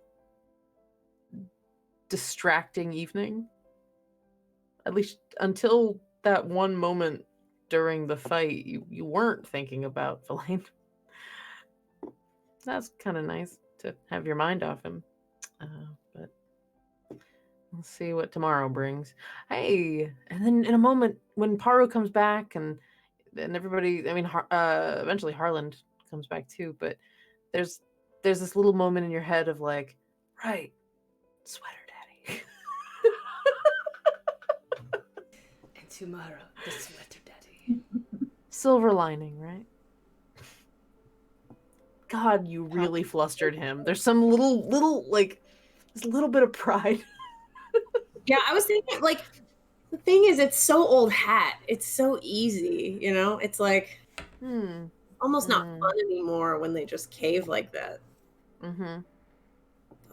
We'll see. Oh, you got plenty to chew on. Yeah. As evening passes, and that will be the end of our session. End of chapter 14. Oh my. Thank you, Kyle, for the gelatinous cube wizard, you monster. Oh my god. I don't know what plans you had for this evening, but I wrecked them. You gave me plans for this evening, so I very much appreciate it. Actually, we're just gonna chill. We're just gonna hang out. It was beautiful. Thank you all so much for joining us. We have a few people. That's awesome. Tessa, I don't know if you want to raid anybody, if people are still up for trying to do something. Here's the thing. I don't know how to do that yet. Oh, so, okay. Well, we'll learn. I'm so sorry. I'll learn how to do that No, it's next okay. time. It's okay. So, everybody, we are gonna call that an evening. Indeed. This has been Shenanigoons, the Book of Faebles. Oh, Wukong, DM Ex Machina is an ability to allow a player of your choice to have 30 seconds of DM powers during the game. It is one of several ways that you can influence the game by tipping us and helping us support the network. So, once again, we are Shenanigoons. I am Angela, your DM, and these have been our lovely players. You can find all of us in the chat. We have our Twitter link, so please consider hanging out with us on Twitter. And also, please consider, if you liked the show tonight, you can support us on Patreon at patreon.com/nerdsmith. We are going to be, I'm announcing it now because I did at the beginning of the hour, or the show. We will have some new Patreon exclusive content. I will be, Tessa and I are working on an official map of the world of Vale, which is the setting for our campaign. And specifically, I am working on Cronus, which is the island we are currently inhabiting. Specifically called Cronus, Interplanar Colony of the Clockwork Nirvana of Mechanus is actually the whole title of the island, but nobody calls it that. But I will be putting a full res version of both the World of Vale and Cronus onto our Patreon, so patrons can get full access to those. We'll be sharing them here on the stream as well, but you get to actually check it out on Incarnate, which is I'm going to be designing it. So, and I know Lane freaking loves maps. I'm very glad. And so that'll be some cool stuff that we'll have on the Patreon this month. I'll repeat again, we are sponsored by several amazing companies. Nerdsmith in general is sponsored by World ANVIL, which you can sign up for free and try out their amazing suite of world building tools and like a repository of knowledge for campaigns and novel writing and all sorts of world building. We are also sponsored by Eldritch Foundry, where you can find our character designs were made in Eldritch Foundry. You can print miniatures and also get digital copies of your miniatures, which are very, very cool for digital maps. Then the and that'll be something else I'd like to put out on Patreon soon, is access to our full character designs. Yes. So you can see everybody's full designs that they made for their characters. We just have the busts right now, but you'll get to check out the whole thing. There's some fun little tidbits of details on everybody's designs. And finally, Die Hard Dice, amazing. But this month, it is the beginning of February, so we have a new featured item. February's featured item is the Mythica Platinum Aquamarine set. As someone whose spouse owns that set, they are gorgeous. Please go check them out. And if you use the code nerdsmith.feb, as in February, sorry, nerdsmith-feb, you get 10% off your order. So please take a look at the Mythica Platinum Aqua, but that's 10% off your entire order. So if you're not getting just those, you can get other things. And because Tessa wants to do this and I fully support it, at the end of the month, so the last Tuesday of February, which the 23rd of February, come back next week. Yeah, obviously come back next week. But February 23rd, we will be giving away that set of dice, and you have to be in the session to do it. So please come hang out with us as we continue the Book of Faebles. Next week, you will find us here, same time, at 7 p.m. Pacific, 10 p.m. Eastern, here on We Are Nerdsmith, the Twitch channel. And on Wednesday, which is tomorrow as well, I host Discover RPG, which lately I have been playing narrative video games with some friends. I believe this week we will be continuing the tales of Chicken Police, which I have absolutely adored.